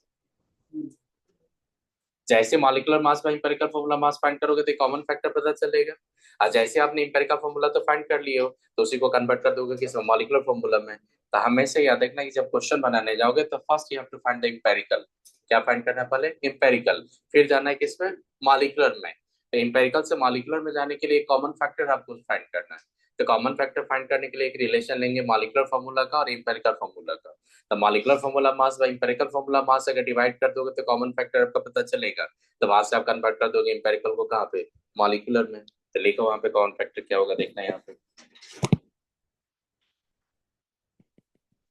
देखो यहाँ पे क्या पॉइंट लिखेंगे, सबसे पहले लिखिएगा मॉलिक्यूलर फॉर्मूला जो होगा उसको अगर एम्पिरिकल फॉर्मूला में कन्वर्ट करेंगे तो एन इंटू क्या होगा, एम्पिरिकल फॉर्मूला होगा कि नहीं।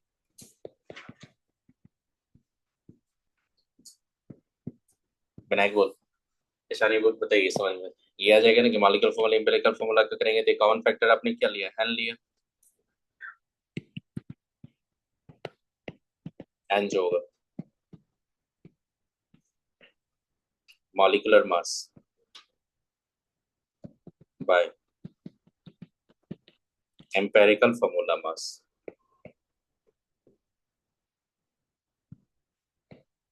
ये बहुत इंपॉर्टेंट है, इसी पे सारा काम कर पाएगा। अगर वेपर डेंसिटी देगा तो मॉलिक्यूलर मास क्या होगा, इनटू 2। अगर वेपर डेंसिटी देगा तो मॉलिक्यूलर मास क्या होगा, इनटू 2। कर लेंगे ये, देखो यहाँ पे क्वेश्चन में करवा रहा हूँ समझ में ये। और एक चीज क्या याद रखना, देखना एक चीज क्या याद रखना बेटा, एक चीज अगर 1:2 होगा ना तो ये सिंपलेस्ट होल नंबर रेशियो है। 1:2, 1 2 दोनों होल नंबर है और सिंपलेस्ट होल नंबर रेशियो है ये। 1:2 अगर 1.5 होगा तो सिंपलेस्ट नहीं होगा, ये 2:3 आपका सिंपलेस्ट होगा। आई बात समझ में। अगर कहीं पे 3:4 होगा तो ये सिंपलेस्ट होल नंबर रेशियो। अगर कहीं पे आपको क्या करेगा देखना, यहाँ पे 0 पॉइंट मान लो कि आपने मान लो 1.25 है, S2 मान लो 2.5 है, S2 मान लो यहाँ पे 10 है, तो ये मान लो कि आपने यहाँ पे एक काम करो, एक मान लो कि आपने ये 5 लिया तो सिंपलेस्ट होल नंबर रेशियो नहीं है। इसमें कन्वर्ट करने के लिए क्या करेंगे, सबसे स्मॉलर वैल्यू की तरफ देखोगे। स्मॉलर कौन है आपका 1.25। मैं क्या करूंगा 1.25 से थ्रू आउट डिवाइड कर दूंगा।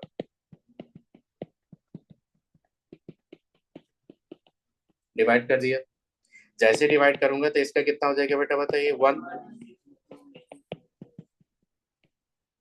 आपका सिंपलेस्ट होल नंबर रेशियो। तो जब भी आप क्वेश्चन बनाने जाओगे तो जब आप सिंपलेस्ट होल नंबर रेशियो में कन्वर्ट करने जाओगे तो सबसे पहले क्या करना, कभी कभी नॉन फ्रैक्शनल आपका क्या होगा, नॉन इंटीग्रल वैल्यू आ जाएगा आपका, फ्रैक्शनल वैल्यू आ जाएगा आपको, तो उसको कन्वर्ट करना आपको होल नंबर रेशियो में, सिंपलेस्ट होल नंबर रेशियो में।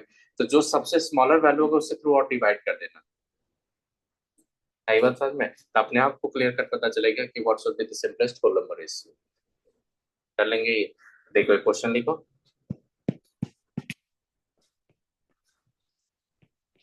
Organic compound containing carbon, hydrogen and nitrogen in the mass ratio of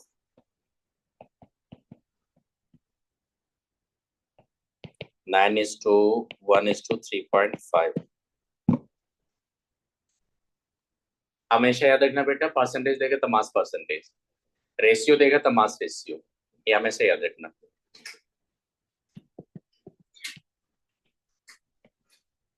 Find the molecular formula. Vapour density आपका दिया है 54।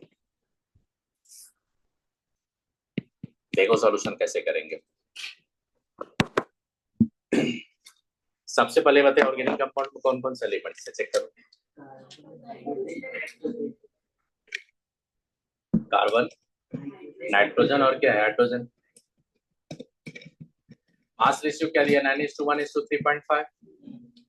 अगर मैंने यहाँ पे 9 ग्राम ले लिया कार्बन का तो डेफिनेटली आपको 1 ग्राम किसका लेना पड़ेगा हाइड्रोजन, और 3.5 किसका लेना पड़ेगा नाइट्रोजन। ऐसे भी कर सकते हो, नहीं ऐसे भी कर सकते हो। अगर 9x अगर लिए कार्बन का तो आपको 1x किसका लेना पड़ेगा हाइड्रोजन, और 3.5x किसका लोगे नाइट्रोजन।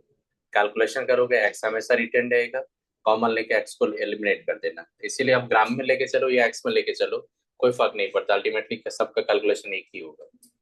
कैसे कैलकुलेशन करते हैं देखना, यहाँ पे कैसे करते हैं। सबसे पहले बेटा ये सबसे पहले याद रखना, ये मास रेशियो दिया आपको। मास रेशियो को आप अरेंज कर लो मोल रेशियो में। मास रेशियो को किस में अरेंज करेंगे, मोल रेशियो में। क्यों मोल रेशियो में अरेंज करेंगे उसका बता दो। तो पहले मास रेशियो देखो कौन कौन सा एलिमेंट है ये बताना बेटा, कौन कौन सा एलिमेंट है। और उसका मास मैंने ले लिया यहाँ पे और उसका मोल्स में ले लूंगा। कार्बन है, कितना मास लिया आपने वहां पे 9 ग्राम, तो मोल्स कितना होगा 9/12 0.75। ये समझ में बिना एक बताइए, समझ में 9 ग्राम लिए थे कितना मोल्स होगा 9/12। Yes sir. और बताइए हाइड्रोजन क्या हो गया 1 ग्राम लिया आपने, तो 1/1 कितना हो जाएगा 1 ही होगा। नाइट्रोजन बेटा बता दो।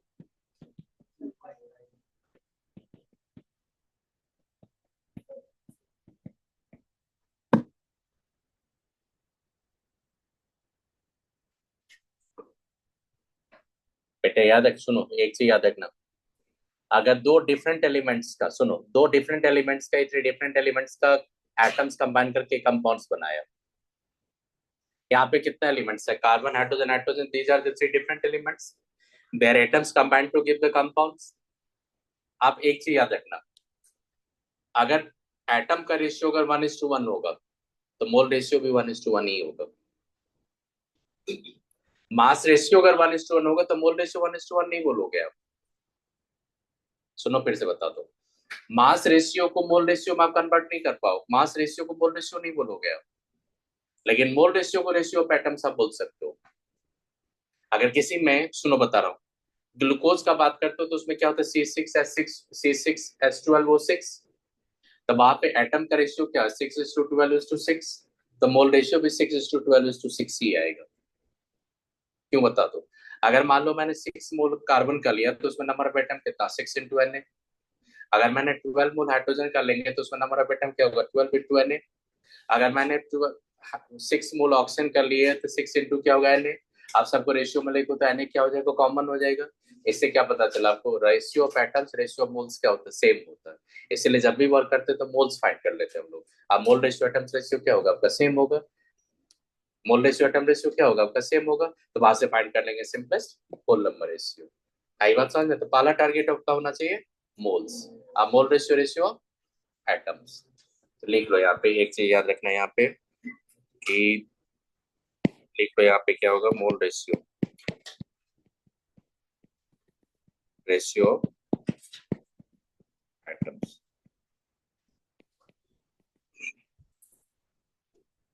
अगर किसी का 2 एलिमेंट्स है, दोनों का अगर मोल रेशियो देखो, मैंने बोला mole ratio equal to ratio of atoms, मैंने लिखा,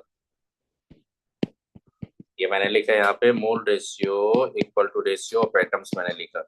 अगर मान लो किसी 2 एलिमेंट्स होगा, दोनों का अगर मोल्स रेशियो 1:1 है तो डेफिनेटली वहां पे एटम्स का रेशियो भी क्या होगा 1:1।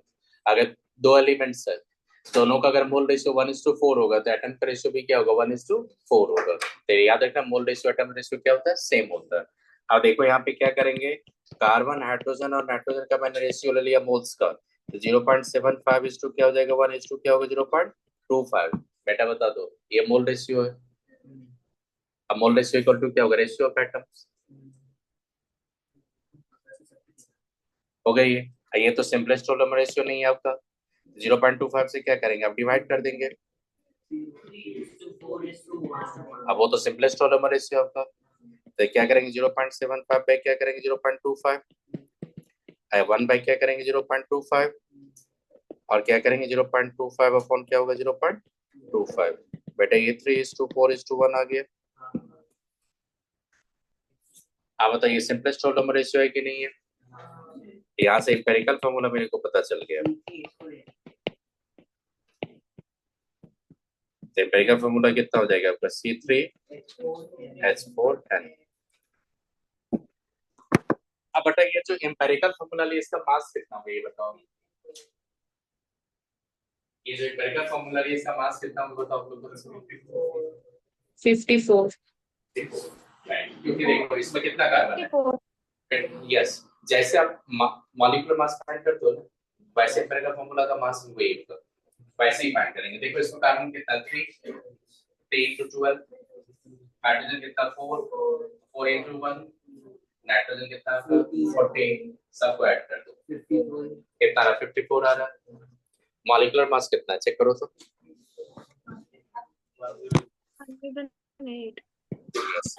अब ना देखो वेपर डेंसिटी कितना दिया हुआ था 54 तो मॉलिक्यूलर मास तो पता चल जाएगा ना आपका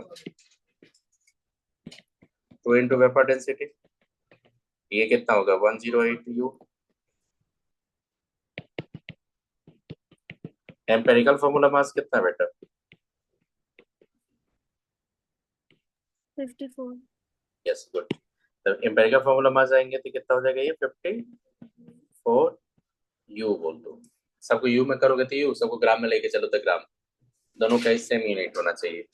अब बेटा बताओ n क्या होता है एम्पिरिकल फॉर्मूला कॉमन फैक्टर देखना था ना आपको n क्या होगा मॉलिक्यूलर फॉर्मूला मास तो 108 एम्पिरिकल फॉर्मूला मास 54 कितना कॉमन फैक्टर आ गया 2 तो एम्पिरिकल फॉर्मूला मॉलिक्यूलर फॉर्मूला में कन्वर्ट करने जाएंगे यस तो कितना से मल्टीप्लाई करोगे बेटा 2 into एम्पिरिकल फॉर्मूला तो C कितना था आपका वो C3H4N था आपका जैसे 2 से मल्टीप्लाई करेंगे C6H8 and 2 देखो दोनों में कॉमन फैक्टर सब में देखो मॉलिक्यूलर फॉर्मूला जो फाइंड किया उसमें कॉमन फैक्टर क्या 2 है कि नहीं तो आपने 2 कैसे फाइंड किया तो जो आपने फाइंड किया वो कैसे फाइंड किया आपने क्योंकि आपके पास क्या क्या इन्फॉर्मेशन था मॉलिक्यूलर फॉर्मूला का देखो आपने क्या फाइंड किया एम्पेरिकल फॉर्मूला से आपने क्या फाइंड किया मॉलिक्यूलर फॉर्मूला तो एम्पेरिकल फॉर्मूला से मॉलिक्यूलर फॉर्मूला की तरफ तभी जाओगे जब आपको पता होगा कॉमन मल्टीपल। तो कॉमन मल्टीपल फाइंड करने के लिए आपके पास क्या होना चाहिए molecular formula mass molecular formula तो फाइंड करना है मॉलिक्यूलर फॉर्मूला मास होना चाहिए तो मैंने वहां पे मॉलिक्यूलर फॉर्मूला मास फाइंड कर लिया कितना दिया था बता दो मॉलिक्यूलर फॉर्मूला मास कितना दिया था वहां पे 108 कहाँ से फाइंड किया वेपर डेंसिटी से एम्पेरिकल फॉर्मूला मास आप कैलकुलेट कर लोगे कितना एम्पेरिकल फॉर्मूला 54 जैसे मैंने मॉलिक्यूलर फॉर्मूला से एम्पेरिकल फॉर्मूला को डिवाइड किया था कितना आ गया 2 जैसे कॉमन फैक्टर मेरे को 2 पता चला था मैं उसको कन्वर्ट कर दूंगा अब किस में मॉलिक्यूलर फॉर्मूला में आई बात समझ में। तो ये थ्योरी होता है जिससे एम्पेरिकल मॉलिक्यूलर फॉर्मूला में रिलेशन देखते हैं। क्वेश्चन जब भी कंपटीशन पूछेगा तो यही क्वेश्चन पूछेगा आपसे कोई नहीं पूछेगा कि molecular formula empirical formula define करने के लिए कोई नहीं पूछेगा। आपके स्कूल के एग्जाम में भी क्वेश्चन देगा तो वो आपका ये जो आपका सम्स देख रहे हो इसी टाइप का सम्स ही देके आपसे क्वेश्चन पूछेगा और नहीं पूछेगा आपको कि आप डिफाइन करो रिलेशन बताओ ये सब कोई नहीं पूछता। आई बात समझ में एक क्वेश्चन और दिखा रहा हूँ करो खुद से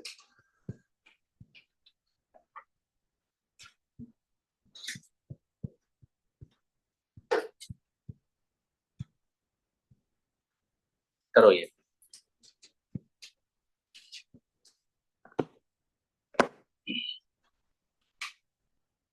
नहीं कर रहे हो चलो सर ऐसा नहीं कर रहे आप भी बताइए सुश्री तो बताइए करो कि बेटा ये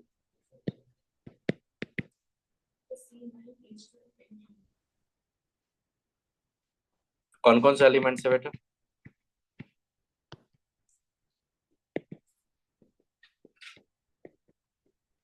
परसेंटेज क्या दिया, बाय मास या बाय मास?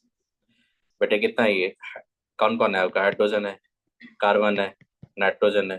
हाइड्रोजन लेंगे तो कितना? 87% है ये कितना आपका? 74%। ये कितना आपका? 17.3। तो ये तो क्या होगा? 80.7 बाय 1 करेंगे तो 8.7 ही आएगा। इसमें 74/12 करेंगे तो ये क्या होगा? 6 पॉइंट। किसका?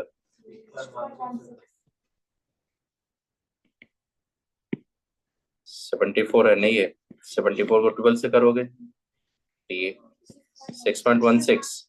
चलो ठीक, ये 17.3 को डिवाइड करोगे 14 से 1 पॉइंट। जैसे मैं देख रहा हूँ 1 पॉइंट जाएगा तो ये कितना होगा? 3 हो जाएगा तो ये 2 हो जाएगा। और फिर उसके बाद 3 2 जैसे जाओगे उसका देखो 5 आ जाएगा तो ये 4 के करीब जाएगा आपका। 4 या 5, ये 1.25 या 4 राउंड अप करोगे तो वो 1.25 के करीब आ जाएगा। अब देखो क्या करेंगे, ये कार्बन, हाइड्रोजन और नाइट्रोजन का रेशियो लेंगे। देखो 6.16 इंटू क्या हो जाएगा? ये 8.7 इंटू 1.25। अब तो इसमें सबसे स्मॉलर वैल्यू कौन है आपका? अब उससे डिवाइड कर दोगे। अगर आपने 6.16 को 1.25 से डिवाइड करोगे, 8.7 को अगर 1.25 से करोगे इस टू 1, जैसे 1.25 से करेंगे तो ये हो जाएगा, जब मेरे को 4 होगा, 4 के बाद अगर जाएंगे तो ये 4 5 के करीब चला जाएगा। ये 5 के करीब चला जाएगा। ये 5:2 से उधर 7 के करीब चला जाएगा, 1 आ जाएगा। ये चेक कर लो क्योंकि देख रहे हैं वहां पे कि यहाँ पे 1.5 जैसे 4 जाते तो 5 हो जाता है। आप 5 में जाएंगे तो 1. क्या हो जाएगा? 1.25 तो वो 5 के करीब चला जाएगा। तो कितना हो जाएगा? देखो 5:7:1 आ रहा है कि नहीं? एम्पेरिकल फॉर्मूला जो जाओगे, एम्पेरिकल फॉर्मूला ये कितना हो जाएगा आपका? C7 C5। अब इसका मास फाइंड करूंगा। आप क्या करना, देखो एक काम करना ना कि अगर मान लो कंफ्यूजन भी होगा आपको तो ये आप करके देखना कि अगर ये मॉलिक एम्पेरिकल फॉर्मूला आ गया तो इसका मल्टीपल आ रहा है कि नहीं। आई बात समझ में? अगर देखना ये इसका मल्टीपल नहीं होगा, इसका फ्रैक्शन मारा तो समझ लो कि आपका कैलकुलेशन रॉन्ग है। आई बात समझ में? तो ये सब जो क्वेश्चन बनाते हैं हम लोग, तो जब ये फाइंड करने जाओगे, ये मेरे को दिख रहा है कि 1.25 इंटू 4 करेंगे तो कितना होता है? 5 होता है। आप 5 में एक 1.2 करेंगे 6.25 तो आएगा। तो ये तो मेरे को पता चल रहा है यहाँ पे कि 5 से मल्टीप्लाई इसको 5 से करोगे। इसको मैंने रफली 7 लिया, इसको 1 लेके मैंने कर लिया। अब ये जो एम्पेरिकल फॉर्मूला होगा उसका जो मास होगा उसको मैं मोलर मास से कोरिलेट करूंगा। अगर उसके मल्टीपल आ गया तो वो ट्रू है, नहीं होगा तो फिर और अलर्ट होके तो फिर और चेक करेंगे वहाँ पे एक्यूरेसी लेके। लेकिन जनरली जो क्वेश्चन देता है उसमें बहुत, आप जब देखो स्टार्टिंग में जो लोग है, स्टार्टिंग का हमेशा क्या करना बेटा, जब देखना 6.1 के बाद अगर 1 आता तो 6.1 लेके चलो तो आपका कैलकुलेशन एरर नहीं आएगा। लेकिन अगर 6.16 आएगा उसको अगर 6.1 लेके चलोगे तो आपका कैलकुलेशन एरर आएगा। आई बात समझ में? चलिए डेसिमल के बाद हमेशा 2 डिजिट पे लेके चलना, आप काम करना। तो यहाँ पे एम्पेरिकल फॉर्मूला मास कितना हो जाएगा बेटा? 83। हाँ 80 नहीं, 83 कैसे हो जाएगा? 81 grams. 81 देखो, इसको common 5 से between मल्टीप्लाई करेंगे तो सुनो, इसको 5 से मल्टीप्लाई करेंगे तो कितना होगा? 60। 5 इंटू 12 इंटू 5 करे 60।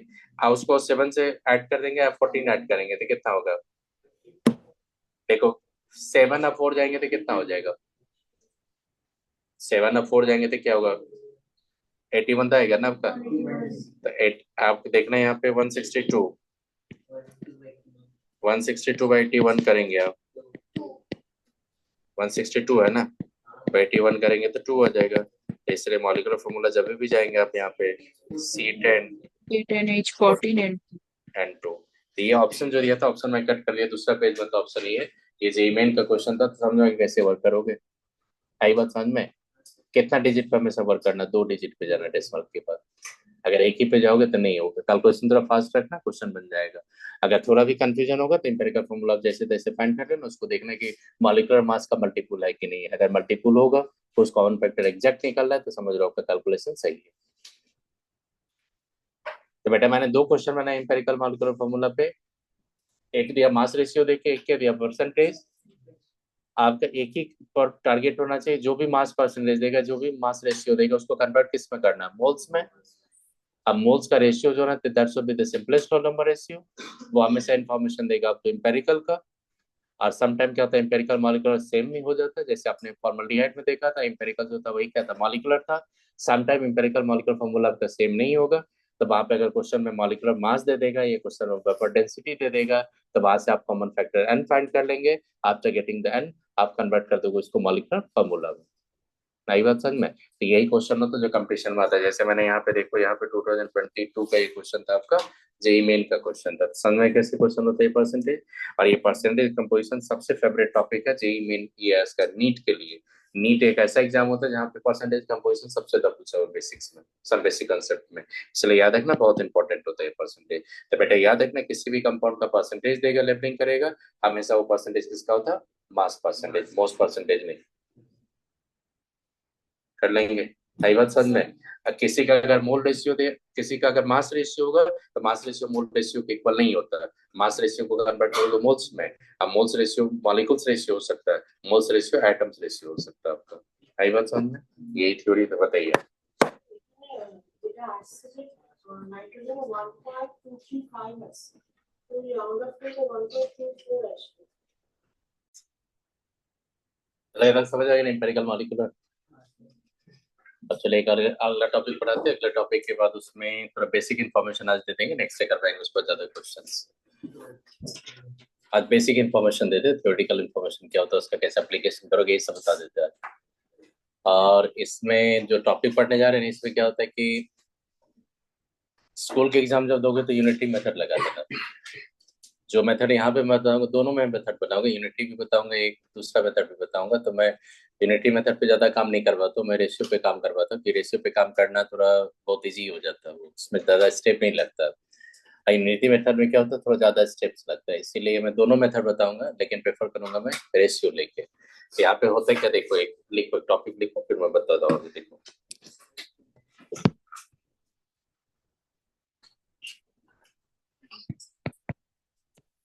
स्ट्राइक्योमेट्री बोला जाता है, स्ट्रैचियो नहीं बोला जाता है, स्ट्राइक्योमेट्री, स्ट्राइक्योमेट्री बोला जाता है, स्ट्राइक्यो जियो नहीं बोला जाता है, स्ट्राइक्योमेट्री बोला जाता है। स्ट्राइक्यो एक लैटिन वर्ड है, स्ट्राइक्यो का मतलब होता है कैलकुलेशन, ऐसे बोला जाता है स्ट्राइक्यो, नहीं बोलते स्ट्रैचियो, ये नहीं होता, स्ट्राइक्योमेट्री होता है। आपके ऑथेंटिक बुक पढ़ो, वहां पे लिखा हुआ है सब स्ट्राइक्यो कैसे लिया जाता है। देखो स्ट्राइक्योमेट्री का मतलब होता है ये क्वांटिटेटिव एनालिसिस होता है, ये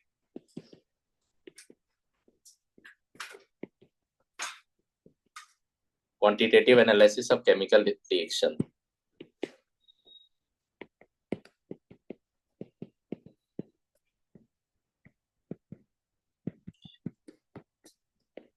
केमिकल रिएक्शन, केमिकल रिएक्शन क्या होता है, जैसे आप मान लो कि आपने पढ़ा होगा कि जैसे हैबर्स प्रोसेस होता है, उससे क्या बनाते हैं हम लोग, अमोनिया। आप नाइट्रोजन हाइड्रोजन कंबाइन करके क्या बनाता है, अमोनिया बनाता है। हैबर्स प्रोसेस लेते हैं हम लोग, हैबर्स प्रोसेस से बनाते हैं हम लोग अमोनिया।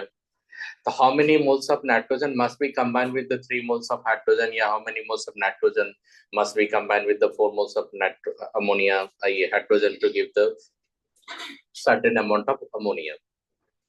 तो मैंने क्या बोला कि जब भी आपका जो भी मेथड होता है, जब देखो जैसे क्या होता है हम लोग एस्ट्रोसोफोर का प्रोडक्शन करते हैं कॉन्टैक्ट प्रोसेस से, किससे होता है, एस्ट्रोसोफोर का। किसी भी कंट्री का इकोनॉमिकल स्ट्रेंथ जो होता है, इंडस्ट्रियल स्ट्रेंथ अगर आपको चेक करना है किसी भी कंट्री का, अगर आपको इंडस्ट्रियल स्ट्रेंथ चेक करना है कि किसी कंट्री में कितना इंडस्ट्रियल स्ट्रेंथ है, तो एस्ट्रोसोफोर का प्रोडक्शन से देखो। एस्ट्रोसोफोर प्रोडक्शन जो है, एस्ट्रोसोफोर जो होता है उससे हम मोर देन 100 कंपाउंड्स बनाते हैं। एस्ट्रोसोफोर को किंग ऑफ केमिकल बोला जाता है, एस्ट्रोसोफोर किंग ऑफ केमिकल, उससे हम लोग मोर देन 100 कंपाउंड्स बनाते हैं हम लोग। इसलिए किसी भी कंपाउंड का, किसी भी कंट्री का इंडस्ट्रियल स्ट्रेंथ एस्ट्रोसोफोर के प्रोडक्शन से होता है, और सबसे ज्यादा एस्ट्रोसोफोर प्रोडक्शन होता है अमेरिका में। कई बात समझ में। तो ये आप क्या होता है कि कोई भी रिएक्शन होता है, तो we know that this two reactant या this three reactant combine to give the particular compounds, ये पता है मेरे को। ये पता है कि दिस कंपाउंड को इस कंपाउंड को अगर मैं रिएक्शन करवाऊंगा तो एक पर्टिकुलर कंपाउंड का फॉर्मेशन हो गया, पर्टिकुलर एलिमेंट का फॉर्मेशन हो गया, ये पता है मेरे को। जब इसको हम लोग क्या करते हैं, इंडस्ट्रियल स्केल पे चलते हैं, जब प्रोडक्शन के अकॉर्डिंग देखते हैं, तब बोलते हैं कि आपको जो डिमांड है, जो आपका सप्लाई, आपका डिमांड होगा, प्रोडक्शन जब करोगे कोई भी इंडस्ट्री लगता है, उसका काम क्या होता है, प्रोडक्शन करना। अब प्रोडक्शन किस पे डिपेंड होता है, आपका डिमांड पे। अगर ज्यादा डिमांड होगा तो ज्यादा प्रोड्यूस करोगे, लेस डिमांड होगा तो लेस प्रोड्यूस करोगे। तो what should be the raw material, कितना आपका रॉ मटेरियल होना चाहिए ताकि आप गिवन अमाउंट ऑफ प्रोडक्ट आप फाइंड कर लोगे। ये सारा कैलकुलेशन करते हैं हम लोग स्टोइकियोमेट्री में, कई बार समझ में। तो यहाँ पे हम लोग कैलकुलेशन करेंगे अमाउंट। अब अमाउंट का कैलकुलेशन करेंगे तो सबसे पहले अमाउंट का कैलकुलेशन मोल्स में कर लेंगे। मोल्स से किस में आ जाएंगे, मास में। अगर मोल से मेरे को वॉल्यूम पूछेगा तो वॉल्यूम की तरफ चले जाएंगे। अगर वॉल्यूम से कैलकुलेशन पूछेगा तो पहले उसको कन्वर्ट कर देंगे मोल्स में। मोल्स में सारे कैलकुलेशन कर लेंगे, फिर मास में कन्वर्ट कर देंगे। जो भी कैलकुलेशन होगा सब फोकस करना मोल्स पे। आई बात समझ में। तो यहाँ पे क्या होता है, कैसे कैलकुलेशन करते हैं, तो देखना यहाँ पे क्या होता है। सबसे पहले तो क्वांटिटेटिव एनालिसिस लेते हैं, तो इसमें क्या होता है, मेथड कितना होता है। तो सबसे पहला मेथड होता है मोल्स मेथड्स। जब आप कैलकुलेशन करेंगे, क्वांटिटेटिव एनालिसिस करेंगे, तो सबसे पहला मेथड क्या होगा, मोल्स मेथड। मोल्स मेथड में क्या होगा कि बैलेंस केमिकल इक्वेशन होना चाहिए आपका। जो केमिकल रिएक्शन होगा,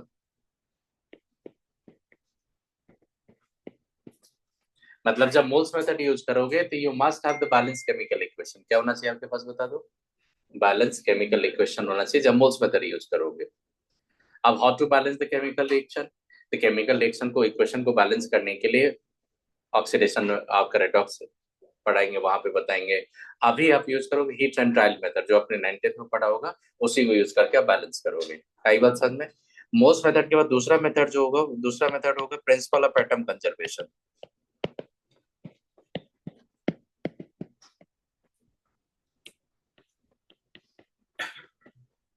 प्रिंसिपल ऑफ एटम कंजर्वेशन जो होता है, ये इसको बोलते हैं पीओएससी।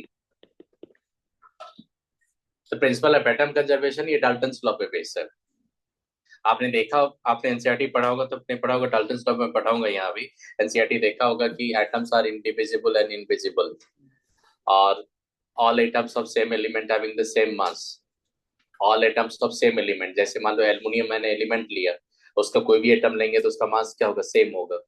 लेकिन different elements having the different atoms of different elements having different mass, देखा होगा आपने। फिर आपने वहां पे देखा होगा, डाल्टन्स में पढ़ा होगा आपने कि atoms of different element combine in the fix proportion. Atoms of different elements combine in fix proportion to form compounds, पढ़ा होगा आपने। तो वही प्रिंसिपल ऑफ एटम कंजर्वेशन क्या होता है, कोई भी रिएक्शन जब होता है, केमिकल रिएक्शन, तो आपको कोई न्यू एलिमेंट्स का फॉर्मेशन नहीं होता। जो भी एलिमेंट्स आपका रिएक्टेंट साइड में होगा, वही एलिमेंट्स आप प्रोडक्ट साइड में देखोगे, उसी के एटम्स। लेकिन क्या देखोगे, बॉन्डिंग पैटर्न चेंज हो जाता है। क्या चेंज होता है, बॉन्डिंग पैटर्न। इसलिए प्रिंसिपल ऑफ एटम कंजर्वेशन होता है, whatever the atoms in the reactant side, same moles of atoms would be in the product side. अगर मेरे को रिएक्टेंट साइड में 4 मोल्स हाइड्रोजन मिलेगा, तो प्रोडक्ट साइड में 4 मोल्स हाइड्रोजन मिलना चाहिए। आई बात समझ में। आप खुद से बताओ, एटम कंजर्व करोगे तभी तो मास कंजर्व होगा, तभी तो law of conservation of mass आएगा आपका। आई बात समझ में। तो हमेशा याद रखना, किसी भी रिएक्शन में क्या कंजर्व रहता है, एटम। तो इस पे वर्क करेंगे, इस पे कैसे करेंगे, सब वर्क करेंगे। इसमें क्या होता है, balancing is not required.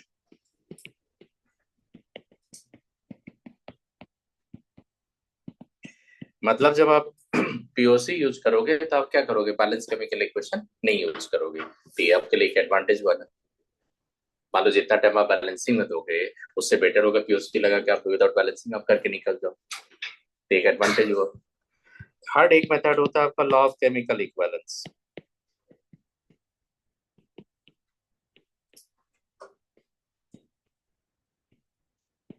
Equivalence बोलते हैं, इसमें भी बैलेंसिंग इज नॉट रिक्वायर्ड।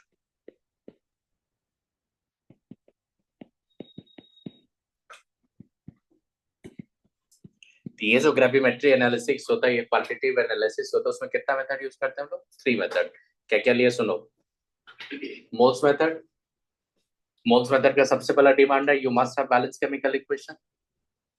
फिर मैंने लिया पीओसी, प्रिंसिपल एटम कंजर्वेशन, उसमें क्या आपका बैलेंसिंग रिक्वायर्ड नहीं होता। आप कैसे अप्लाई करोगे बाद में बताऊंगा, मैंने बैलेंस मेथड में बता रहा हूँ आपको। एक होता है लॉ ऑफ केमिकल इक्विवेलेंस, जो सबसे लास्ट में पढ़ाता हूँ मैं, उसमें भी बैलेंसिंग रिक्वायर्ड नहीं होता। इस तीनों मेथड में अगर मेरे को रिकमेंड करेगा तो मैं बोलूंगा लॉ ऑफ केमिकल इक्विवेलेंस। अगर मेरे को बोलेगा कोई भी रिएक्शन बताओ, कोई भी रिएक्शन दे दोगे, मैं मोल्स मेथड से पहले सिखाऊंगा, उसी को देखना लॉ ऑफ केमिकल इक्विवेलेंस से मैं सिखाऊंगा। आप देखना जो लॉ ऑफ केमिकल इक्विवेलेंस जो मोल्स मेथड से आपका टाइम टेकिंग होता था, जब law of chemical equivalence use करोगे तो उसका 1/4 आपका टाइम टेकिंग हो जाएगा, उससे भी कम टाइम टेकिंग हो जाएगा। जहां पे बराबर रिएक्शन लिख के आप चेक करते थे बैलेंस करके, यहाँ पे ना रिएक्शन लिखना है ना बैलेंस करना है, कुछ करना नहीं है आपको। हाँ, लेकिन ये पता होना चाहिए कौन किसके साथ कंबाइन कर रहा है, क्या प्रोडक्ट बनना चाहिए, ये पता होना चाहिए सिर्फ आपको। तो इसमें सबसे ज्यादा प्रेफर करता हूँ मैं लॉ ऑफ केमिकल इक्विवेलेंस। अब पूरा केमिस्ट्री में अगर मोस्ट मेथड और लॉ ऑफ केमिकल इक्विवेलेंस अगर आपको पता चल जाएगा तो कैलकुलेशन में कहीं मिस्टेक नहीं होगा। यही दो मेथड होता है सबसे ज्यादा। प्रिंसिपल ऑफ एटम कंजर्वेशन एक ऐसा मेथड है जिसको बोलते हैं कि पॉकेट में रखो, हमेशा उसको यूज नहीं करो, किसी को दिखाओ नहीं कि मेरे पास पीओसी भी है। जब देखेंगे मोल्स मेथड फेल हो जाएगा, जब देखेंगे law of chemical equivalence fail हो जाएगा, तो फिर पीओसी लगा के यूज कर लेंगे। बनना ही बनना है क्वेश्चन आपसे। आई बात समझ में? तो आपके पास मैंने कितना मेथड बोला, 3 मेथड बोला। इसमें सबसे बेस्ट मैं अभी अभी जो वर्क करेंगे वो किस पे करेंगे, मोल्स पे, और उसके बाद वर्क करेंगे पीओसी पे, और उसके वर्क करेंगे केमिकल इक्विवेलेंस पे। तो सबसे पहले मैं करूंगा moles, POC. Law of chemical equivalence में लास्ट में पढ़ा था, उसके लिए मेरे को इंट्रोड्यूस करना पड़ेगा नॉर्मलिटी, उससे के लिए मेरे को इंट्रोड्यूस करना पड़ेगा वन इक्विवेलेंट क्या होता है, वन इक्विवेलेंट कहाँ से टर्म आता है, एक फैराडे चार्ज हो लिया तो उसका मीनिंग क्या होता है, इलेक्ट्रोलाइसिस आपने थोड़ा पढ़ा होगा, आपने पढ़ा होगा कि वाटर के इलेक्ट्रोलाइसिस से क्या बनता है, हाइड्रोजन एंड ऑक्सीजन, पढ़ा होगा आपने। आपने ये भी पढ़ा होगा सोडियम क्लोराइड का इलेक्ट्रोलाइसिस करते हैं उससे भी प्रोडक्ट आता है। तो बहुत सारे कंपाउंड्स के इलेक्ट्रोलाइसिस से हम लोग क्या होता है, इलेक्ट्रिकल डिपोजिशन होता है, जिससे क्या होता है आप प्रोडक्शन करते ही हम लोग। आप जो लैब इतना जो आप हाई स्केल पे जो ऑक्सीजन प्रिपरेशन होता है वाटर के इलेक्ट्रोलाइसिस से ही आता है ऑक्सीजन। सही बात समझ में? जो भी हॉस्पिटल में जो भी ऑक्सीजन सप्लाई होता है वाटर के इलेक्ट्रोलाइसिस से ही लाते हैं हम लोग, कर लेंगे। तो आपने देखा यहाँ पे 3 मेथड मैंने बताया। इस 3 मेथड में सबसे पहले मेथड देखो मोल्स मेथड। मोल्स मेथड में सबसे पहला डिमांड क्या आपका, रिएक्शन क्या होना चाहिए, बैलेंस होना चाहिए।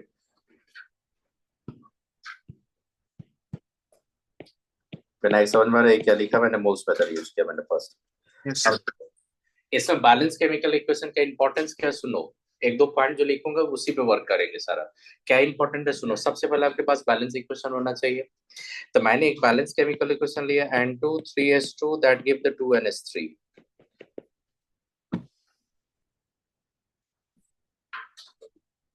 बताओ स्ट्रेट फॉरवर्ड अगर मैं बोलता हूँ कि नाइट्रोजन है हाइड्रोजन है, देखो मैं स्ट्रेट फॉरवर्ड बोलता हूँ नाइट्रोजन है हाइड्रोजन है अमोनिया दे रहा है, तो आप बैलेंस करते, तो बैलेंस करते यहाँ पे 3 में मल्टीप्लाई करते, यहाँ से कितना से मल्टीप्लाई करते हैं 2 से।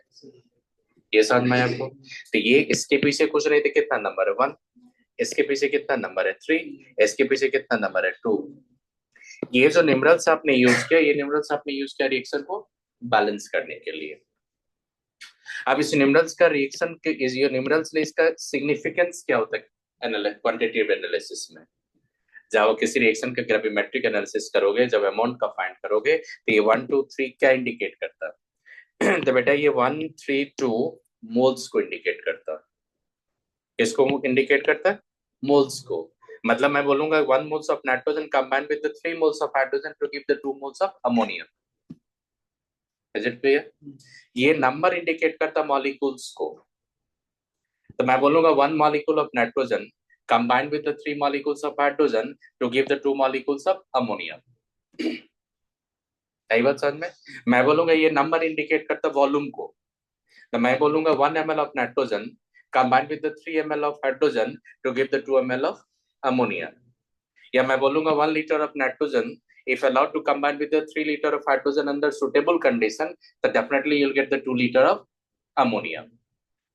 अगर मैं यहाँ पे 22.4 लीटर नाइट्रोजन लूंगा तो मेरे को 3 इंटू 22.4 लीटर लेना पड़ेगा हाइड्रोजन, जो देगा आपको 2 इंटू 22.4 लीटर क्या देगा, अमोनिया।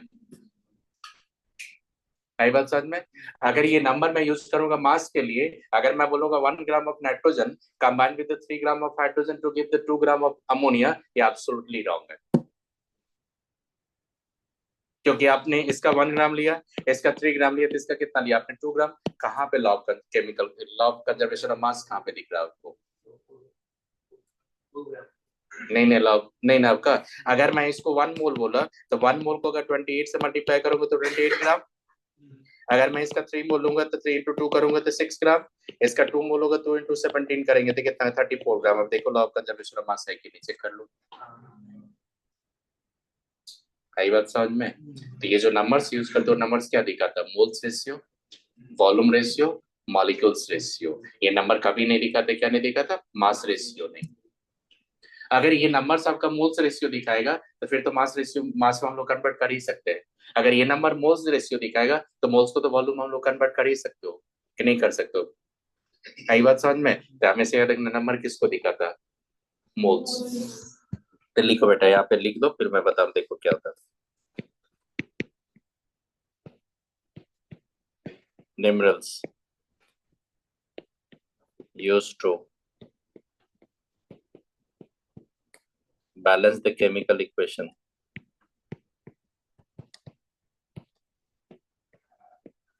are called, क्या बोलेंगे बेटा बताइए? Stoichiometric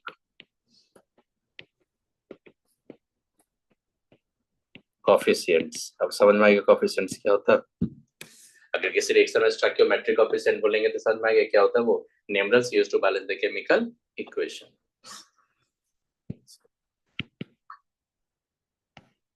These coefficients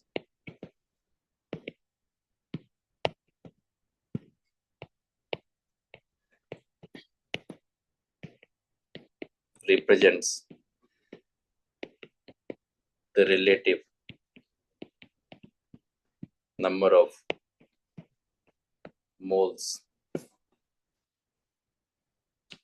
या बोलेंगे वॉल्यूम, या बोलेंगे मॉलिक्यूल्स। क्या रिप्रेजेंट नहीं करेगा बेटा? ये मास रिप्रेजेंट नहीं करता, ये क्या करता है? मोल्स रेशियो दे देगा, वॉल्यूम रेशियो दे देगा, मॉलिक्यूल रेशियो दे देगा।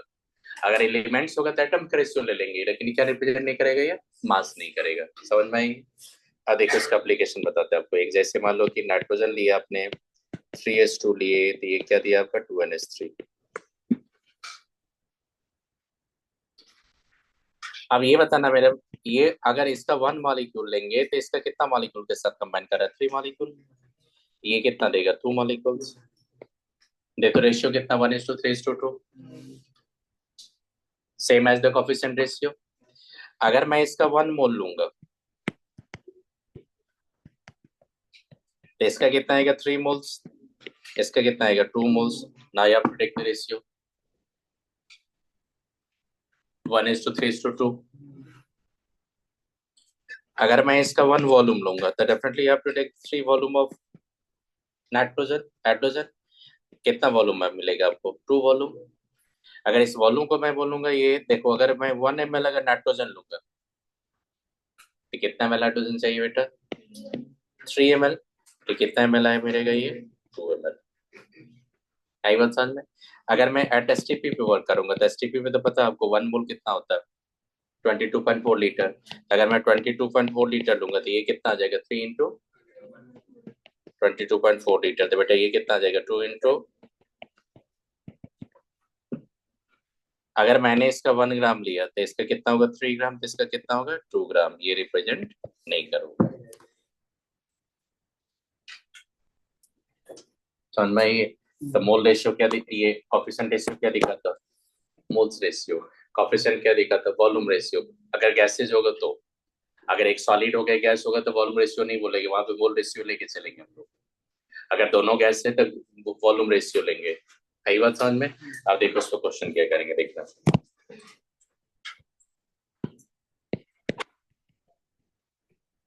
Find the amount of calcium carbonate must be decomposed to get 2.8 gram of calcium oxide।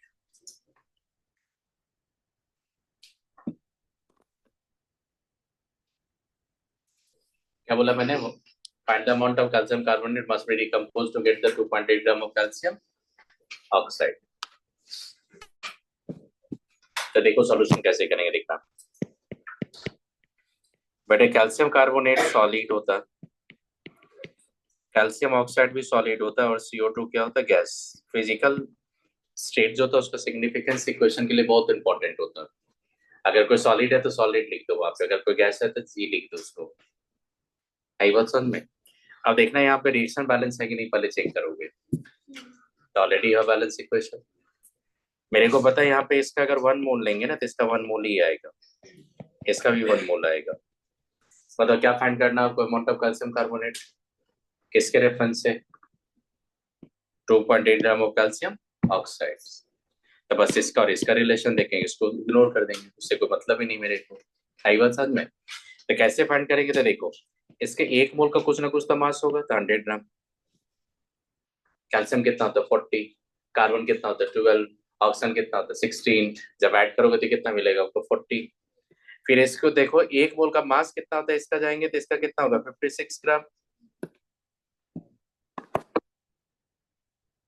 बेटे ये इंफॉर्मेशन आपको कहाँ मिला? From the balance chemical equation. Now tell me 56 gram of calcium oxide given by how many grams of calcium carbonate? एकदम unity method आ जाओ कि 56 gram of calcium oxide given by 100 gram of calcium carbonate. तो 1 gram of calcium oxide given by 100 by 56 gram of calcium carbonate.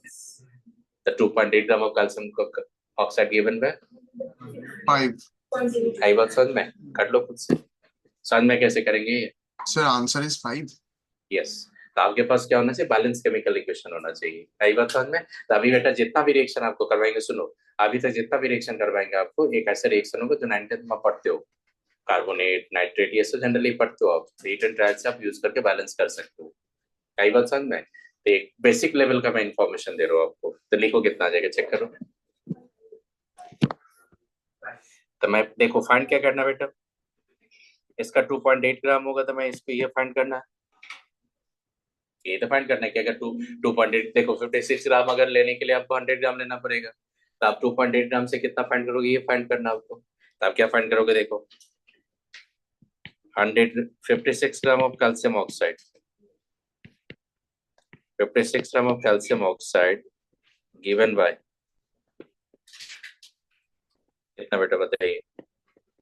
100 gram of calcium carbonate दे रहा है कि नहीं? तो बताइए यहाँ पे 1 ग्राम कितना देगा आपको? 100 by 56 ग्राम। तो आपको कितना बोला? 2.8 ग्राम। तो 2.8 ग्राम जैसे जाएंगे तो देखो यहाँ पे क्या होगा? 100 बाई क्या होगा? 56 इंटू 2.8 कितना आगे निकल गया आपका? 5 gram of calcium carbonate must be decompose to get the 2.8 gram of calcium oxide. आई बात समझ में? देखो ये क्या मैंने यूनिटी मेथड यूज किया। अब देखो मैं क्या करना, देखो सिंपली मैं बता रहा हूँ क्या। देखो बेटा बताओ तो मोल्स ऑफ क्या फाइंड करना? Moles of calcium oxide. देखो मेरे को जो पूछेगा वो सी, देखो moles of calcium carbonate, Vinayak बताना moles of calcium carbonate upon moles of calcium oxide equal to 1:1। Yes, sir. तो हम तो बैलेंस केमिकल से देखो 1:1 है कि नहीं? इसका मतलब हुआ कि moles of calcium carbonate equal to क्या हो जाएगा? Moles of calcium oxide. Demand क्या? मास का। क्या दिया? मास। तो मोल्स को एक्सप्रेस कर दो मास में।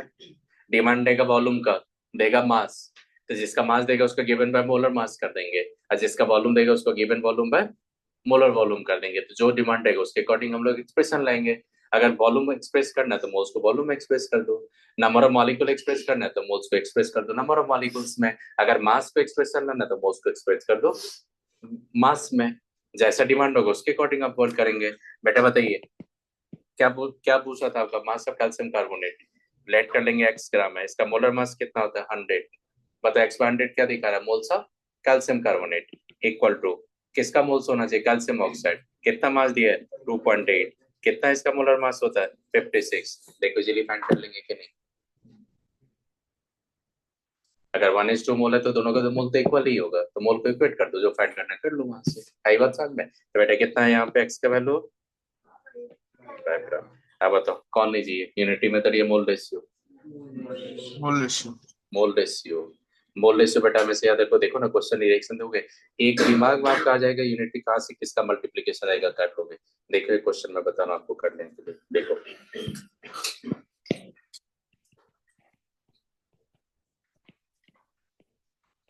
find the amount of calcium carbonate must be decomposed to get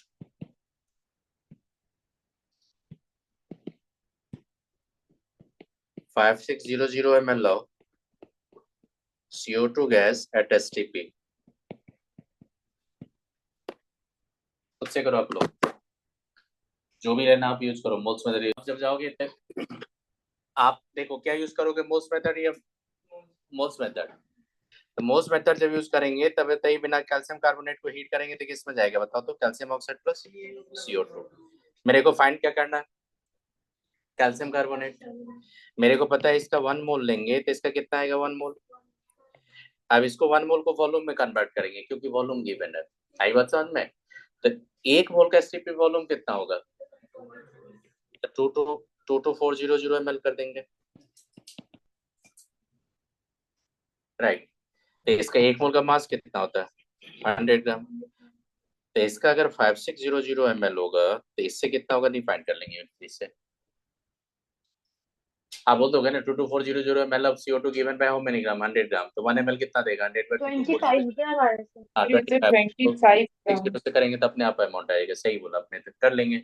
यहाँ पे मोल्स मेथड यूज करेंगे तो सीधा क्या करेंगे, देखो यहाँ पे डिमांड किसका फाइंड करना है आपको, कैल्शियम कार्बोनेट को। तो जिसको फाइंड करते हैं उसको ऊपर लिख देना, जैसे किसका अमाउंट फाइंड करना है कैल्शियम कार्बोनेट को, उसको ऊपर लिख देना। तो मोल्स ऑफ कैल्शियम कार्बोनेट और डिवाइड कर देना किससे, जिसके रिस्पेक्ट में फाइंड करना है, तो लिख देंगे यहाँ पे मोल्स ऑफ CO2। अब moles of calcium carbonate CO2 का रेशियो देखेंगे कहाँ से, बैलेंस केमिकल इक्वेशन से, कितना आया 1:1। तो मैंने क्या करूँ, मैं करूंगा 1:1। तो इतना क्यों लिखे, ये तो दिमाग में आपका चलेगा कि मोल दोनों का इक्वल होगा। तो देखना यहाँ पे क्या हो जाएगा, moles of calcium carbonate equal to क्या हो जाएगा, मोल्स ऑफ CO2। आप देखो डिमांड के अकॉर्डिंग मोल्स को एक्सप्रेस करेंगे। तो CO2 कैल्शियम कार्बोनेट का क्या फाइंड करना है, मास। तो मास जब फाइंड करेंगे तो क्या हो जाएगा x/100, राइट। अब फाइंड करना है, देखो क्या दिया CO2 का, क्या दिया वॉल्यूम। तो वॉल्यूम को मोल्स में एक्सप्रेस करोगे तो फिर क्या होगा 5600 ml था और 22400 ml इसका होता मोलर वॉल्यूम, बस हो गया। यहाँ से x का वैल्यू फाइंड करेंगे कितना आया, गुड। तो ये 25 ग्राम आपका क्या हो जाएगा कैल्शियम कार्बोनेट, कर लेंगे। अब देखो एक और क्वेश्चन लिखो, देखो कर पाते हो कि नहीं, लिखो क्वेश्चन 3।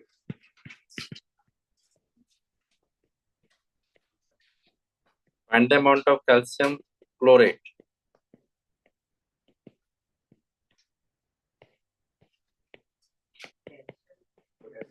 potassium chlorate, potassium होगा, must be decomposed to get 448 ml of O2 gas at STP। बेटा एक से याद रखना, पोटेशियम का जो एटॉमिक मास होता है वो 39, क्लोरीन का आपको पता है 35.5, ऑक्सीजन आपको पता है कितना 16।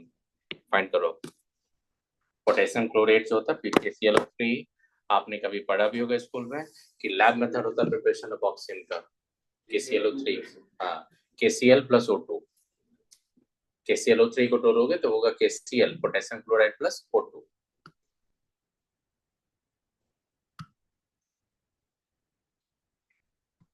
KClO3 को तोड़ो तो वो छूटेगा KCl प्लस O2 में। अब रिएक्शन को बैलेंस करो, हीट एंड टाइम मेथड तब जानते हो, उससे बैलेंस करो आप लोग।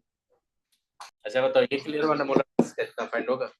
अब देखो हम लोग क्या करेंगे, आपने बैलेंस किया होगा तो ये 2KClO3 आया होगा, ये 2KCl प्लस 3O2 हीट करने के बाद आया होगा, ये आई बात समझ में। फाइंड क्या करना है, इसका अमाउंट फाइंड करना है, इसका मास गिवन, वॉल्यूम गिवन है। तो क्या करेंगे देखना, जिसको moles of KClO3 equal to 2/3 into moles of किसका होगा ऑक्सीजन, क्या लिखोगे क्योंकि मोल रेशियो तो आ रहा है 2:3। अब बेटा बता रही मोल्स ऑफ KClO3 तो गिवन मास कितना है x, molar mass 122.5, 2/3 given volume कितना लेंगे 448, मोलर वॉल्यूम तो 22400। अब एक चीज करना है यहाँ पे x का वैल्यू जैसे लेंगे तो 2/3 रहने दो, इसको हम लोग 122.5 इंटू 448 करेंगे। आप आई क्या करेंगे देखना, यहाँ 22400। आप एक काम करना, इसको जैसे करोगे ये जीरो जैसे हटाओगे ये 2 जीरो, यहाँ पे 1.22 आ जाएगा। ये 2/3 इंटू क्या होगा 1.225 इंटू 2 हो जाएगा, चेक कर लो हो गई। तो ये जैसे जाओगे तो आपका क्या हो जाएगा 4/3 इंटू 1.225। अब 4/3 तो पता है आपको 1.33। अब 1.2 से करेंगे तो डेफिनेटली 1.6 के करीब आएगा, वो 1.6 ग्राम के करीब आएगा। और भी कुछ आएगा, मैंने 1.6 लिख दिया आपको। देखो सुनो, सबसे पहला टारगेट होना चाहिए आपका रिएक्शन बैलेंस होना चाहिए। सेकेंड टारगेट होना चाहिए कि जो भी कंपाउंड के बारे में पूछा उसका मोलर मास या मोलर वॉल्यूम आपको पता होना चाहिए। The molar volume should be 22.4 litre, अब molar mass according to the sum of their atomic mass कर लेंगे। फिर उसके बाद इंफॉर्मेशन पता होना चाहिए आपको कि स्टोइकोमेट्रिक कोएफिशिएंट रेशियो क्या एक्सप्लेन करता था, क्या देता वो मोल रेशियो। अब मोल रेशियो आप रिलेशन लेके वहां से जो भी पूछेगा उसका अमाउंट फाइंड कर लो। आई बात समझ में? तो ये मैंने फाइंड किया यहाँ पे मोल्स मेथड से। एक और क्वेश्चन लिखो।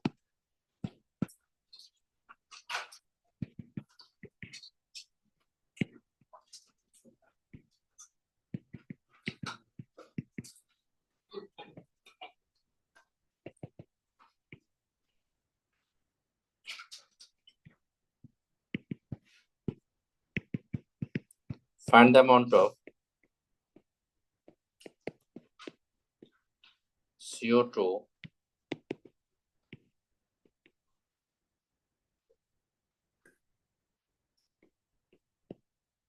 can be obtained by heating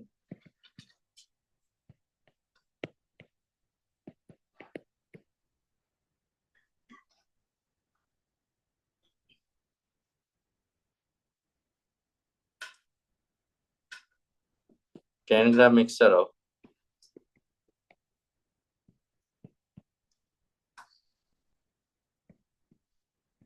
sodium carbonate and calcium carbonate।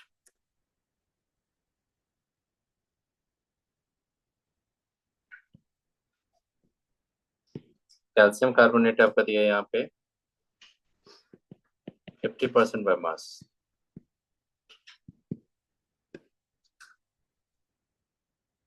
बताओ कितना ग्राम मिक्सचर है आपका? 10 ग्राम। उसमें 50% किसका और 50% किसका होगा? Sodium nitrate. आपको मतलब कि व्हाट्सएप पे अमाउंट ऑफ CO2 कितना आएगा ये बता दो। अमाउंट ऑफ CO2 ये लिख लो, volume of CO2। Volume easy find करना था, लिखो volume of CO2 at STP। बताइए क्या होगा खुद से लिख लो। Find the volume of CO2 at STP can be obtained through heating 10 gram of mixture of sodium carbonate and calcium carbonate. Calcium carbonate कितना होगा? 5%, 50% सोडियम का मोलर मास।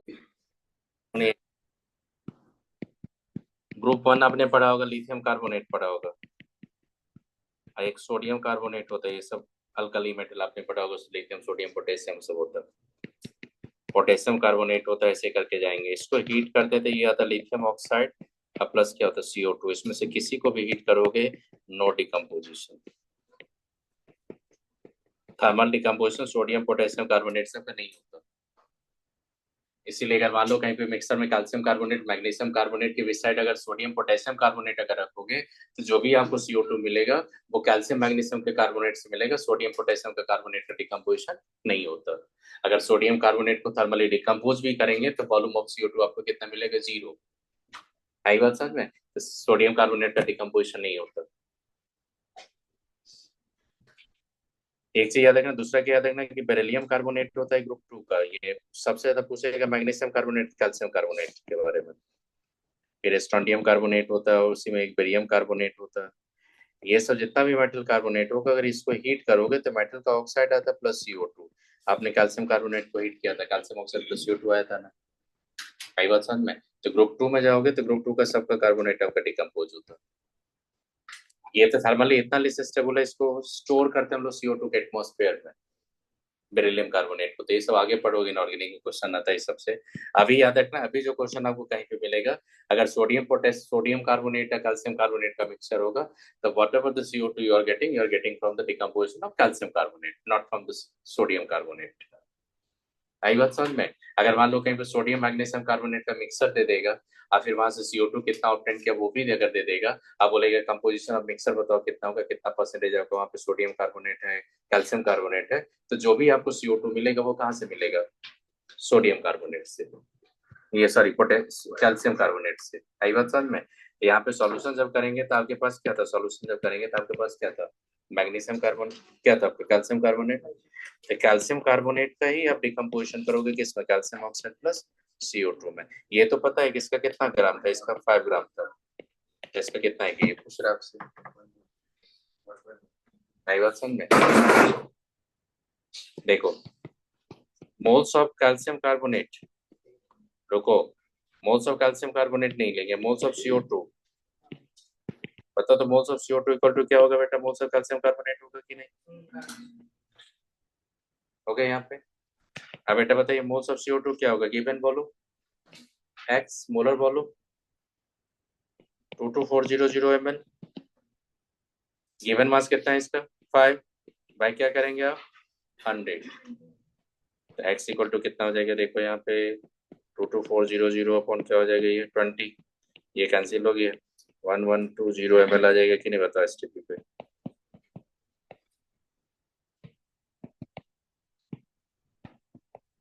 मतलब कितना? 1.12 लीटर आ जाएगा कि नहीं?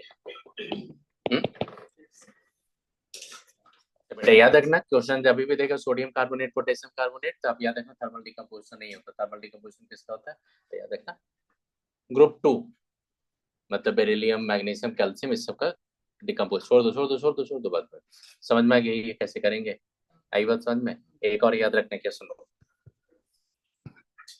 एक नोट करके लिख लो, आगे ही पढ़ाने से। तो एक होता फॉर्मूला यूनिट, एक मॉलिक्यूलर फॉर्मूला जानते हो ना आप लोग?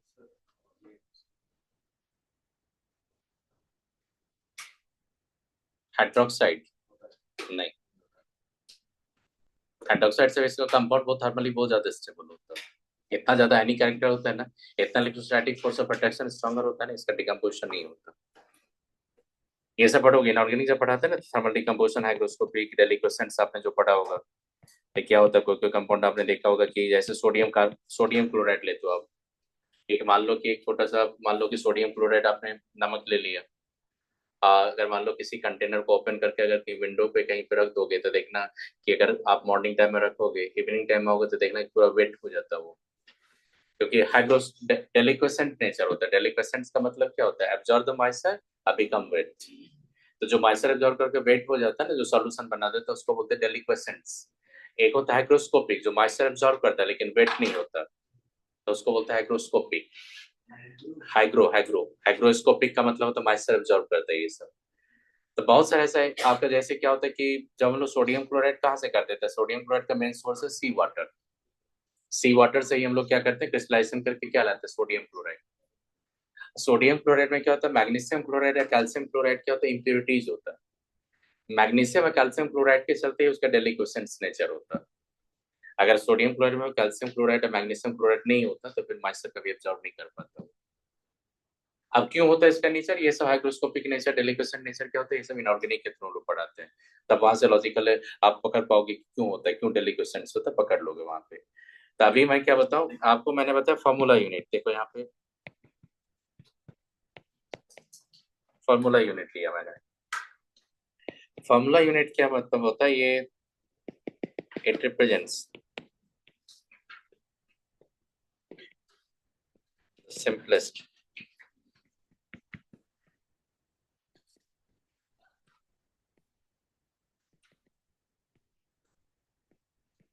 whole number ratio of ions in any compounds.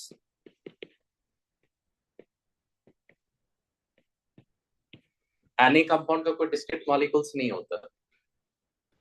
मैंने बता, सुनो बता रहा हूँ, जैसे सोडियम क्लोराइड लेते बेटा, तो सोडियम क्लोराइड का क्या होता है कि NaCl क्या होता है 1:1, Na + 1:1 है।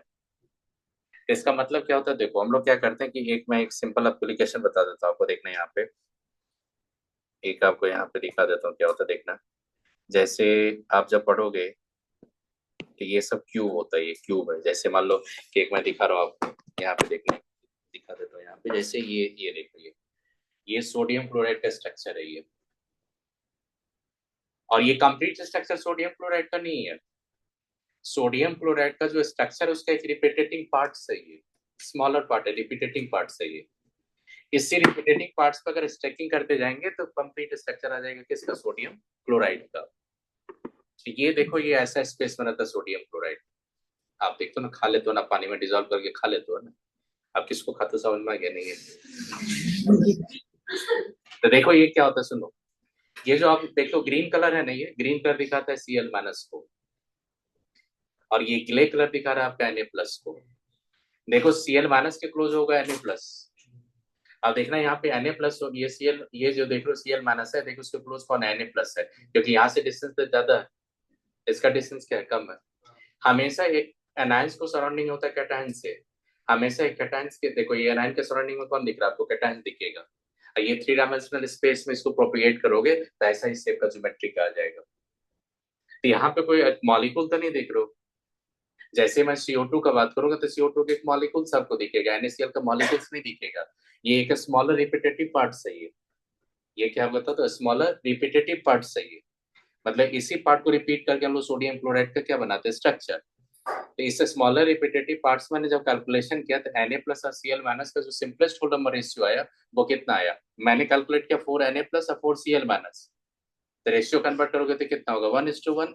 तो मैंने NaCl का फॉर्मूला यूनिट कितना बोला, 1 क्या बोला, NaCl। जब कंपाउंड्स ऑफ आयनी कंपाउंड का बात करेंगे तो वहां पे टर्म क्या यूज करेंगे, फॉर्मूला यूनिट्स। अब फॉर्मूला यूनिट क्या होता है, simplest whole number ratio of ions in a smallest part of crystal. आई बात समझ में ये। अब देखो यहाँ पे जैसे क्या करेंगे, फॉर्मूला यूनिट समझ में आ गया। तो जैसे मैंने क्या बोला आपको कि जैसे मान लो कि यहाँ पे मैंने ये क्या लिया था, मैंने क्लोराइड लिया था कि नहीं, ये बता दो। ये कौन था, क्लोराइड था कि नहीं, ये सब क्लोराइड था कि नहीं, ये सब क्लोराइड था। यहाँ पे देखो, यहाँ पे एक क्लोराइड फ्रंट पे था, एक क्लोराइड क्या था, बैक पे गया था, इस तरह का। और फिर देखो मैंने जो ग्रे कलर लिया था उसको मैं कलर चेंज कर रहा हूँ, तो ये क्या होगा, Na+ का था कि नहीं, ये सब Na+ का होता है। ये सब आगे पढ़ोगे, ये सब JEE एडवांस में पढ़ाते हैं हम लोग। नीट में पहले था, सिलेबस हटा दिया, पहले ये सब पढ़ाते थे। देखो यहाँ पे क्या होता है, ये क्या होता है आपका Cl- है, ये क्या आपका बताइए, Na+। कहीं भी देखो NaCl का कोई मॉलिक्यूल्स मिल रहा है आपको, नहीं, तो वहां पे क्या यूज करेंगे, फॉर्मूला यूनिट्स। आई बात समझ में। अब क्या होगा, फॉर्मूला यूनिट मास होगा। तो क्या करेंगे, एटॉमिक मास को आप एवरेज कर देंगे, उसी को क्या बोलेंगे, फॉर्मूला यूनिट मास बोलेंगे। जैसे सोडियम क्लोराइड है तो सोडियम का कितना होता है 23, आप प्लस 35.5 करेंगे तो बेटा कितना हो जाएगा 58.5 U। ये क्या होगा, फॉर्मूला यूनिट मास। आई बात समझ में। नंबर ऑफ मोल्स फाइंड करेंगे, तो नंबर ऑफ मोल्स फाइंड करेंगे तो क्या हो जाएगा, तो नंबर ऑफ मोल्स होगा गिवन मास, भाई क्या होगा, ग्राम फॉर्मूला यूनिट मास। बेटा बताओ तो, gram formula unit mass of sodium chloride कितना होगा, 58.5 ग्राम। गिवन मास को अगर 58.5 ग्राम से डिवाइड कर देंगे तो क्या आएगा, नंबर ऑफ मोल्स आ जाएगा ना। नंबर ऑफ फॉर्मूला यूनिट्स अगर फाइंड करोगे, कितना नंबर ऑफ फॉर्मूला यूनिट्स आएगा आपका, तो कितना नंबर ऑफ फॉर्मूला होगा, तो नंबर ऑफ मोल्स आएगा बेटा, और किससे मल्टीप्लाई करोगे, Na से। आई बात समझ में। तो आपको ये पता होना चाहिए कि आयनिक कंपाउंड का बात करेंगे तो मॉलिक्यूल्स नहीं बोलेंगे आप। कभी ये मत मिस्टेक करना कि सोडियम क्लोराइड एक मॉलिक्यूल्स होता है, सोडियम क्लोराइड क्या होता है, फॉर्मूला यूनिट्स होता है। आई बात समझ में। कैल्शियम क्लोराइड क्या होता है, फॉर्मूला यूनिट। पोटेशियम सल्फेट बात करेंगे तो K2SO4 बोलते थे, क्या होता है वो, फॉर्मूला यूनिट, मॉलिक्यूल्स नहीं होता। आई बात समझ में। आयनिक कंपाउंड के पास क्या होता है, इनफाइनाइट स्ट्रक्चर होता है, इनफाइनाइट स्ट्रक्चर होता है। तो इनफाइनाइट स्ट्रक्चर को स्टडी करना आपके लिए क्या होगा, टफ टास्क है। आप किस पे वर्क करते हैं, जब एक डिफरेंट ज्योमेट्री में आएगा, जब एक डिफरेंट ज्योमेट्री में आ जाएगा। मान लो जैसे क्लासरूम है, ऐसे करके मैं बहुत सारे क्लासरूम को स्टेक करके अगर रखूंगा यहाँ पे, एक क्लासरूम का अगर डायमेंशनल में एनालिसिस कर लूंगा तो वही एनालिसिस सारा क्लासरूम के लिए वैलिड होगा कि नहीं, आई बात समझ में? तो सॉलिड स्टेट जो होता है क्रिस्टल को ऐसे स्टडी किया जाता है, एक स्मॉलर पार्ट पे वर्क करो, पूरा कंप्लीट का इन्फॉर्मेशन आपको पता चलेगा। Sir, Hmm. smaller birthday was the 4 unit plus and 4 cell minus and the count করছি Hmm. সেইগুলো রেশিও করে Simplest smaller তো সেই 1:1 টা পুরো ইনফাইনাইট স্ট্রাকচার হ্যাঁ ইনফাইনাইট সেকশন নোট ভেরি সব সময় 1:1 1:1 समझ में ये कैसे क्या करेंगे एनिक सॉलिड के लिए? तो मैंने एनिक कंपाउंड के लिए बताया फॉर्मूला यूनिट्स। कोवलेंट कंपाउंड के लिए क्या यूज करोगे? मॉलिक्यूलर मास। जैसे CO2 के लिए क्या यूज करते हो? Molecular mass. आई बात समझ में? जैसे आप पोटेशियम क्लोराइड के लिए क्या करोगे? फॉर्मूला यूनिट मास। आपने जो कैल्शियम क्लोराइड पोटेशियम क्लोराइड आपने KClO3 का मास फाइंड किया था 122.5 ग्राम आपने फाइंड किया था, वो क्या था? Gram formula unit mass. आई बात समझ में? मोलर मास बोल दो। अगर मोलर मास बोलोगे तो कहीं कंट्राडिक्शन नहीं है। अगर मैं molar mass of calcium chloride बोलूंगा पोटेशियम क्लोराइड बोलूंगा तो कितना होगा? 122.5 ग्राम। मोलर मास अगर कैल्शियम कार्बोनेट का बोलूंगा तो कितना बोलेंगे? 100 ग्राम। मोलर मास अगर CO2 का बोलेंगे तो कितना बोलेंगे? 44 ग्राम। कहीं कंट्राडिक्शन नहीं है। अगर मॉलिक्यूलर मास का बात करोगे तो सिर्फ जिसका डिस्क्रीट मॉलिक्यूल होगा उसके लिए बात करोगे। आयनिक कंपाउंड का बात करेंगे तो क्या टर्म यूज करेंगे? Formula unit mass. आई बात समझ में? तो आयनिक कंपाउंड के लिए फॉर्मूला यूनिट मास होता है, कोवलेंट कंपाउंड के लिए क्या होता है आपका? Molecular mass. कर लेंगे यहाँ पे एक लास्ट क्वेश्चन लिखो और नेक्स्ट एक पढ़ेंगे। लास्ट क्वेश्चन लिखो।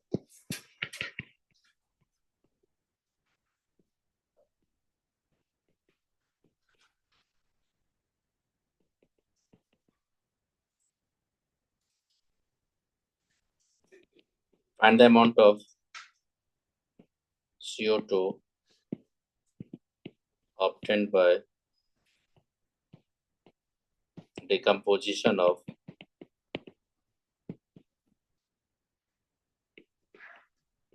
50% pure 10 kg of calcium carbonate।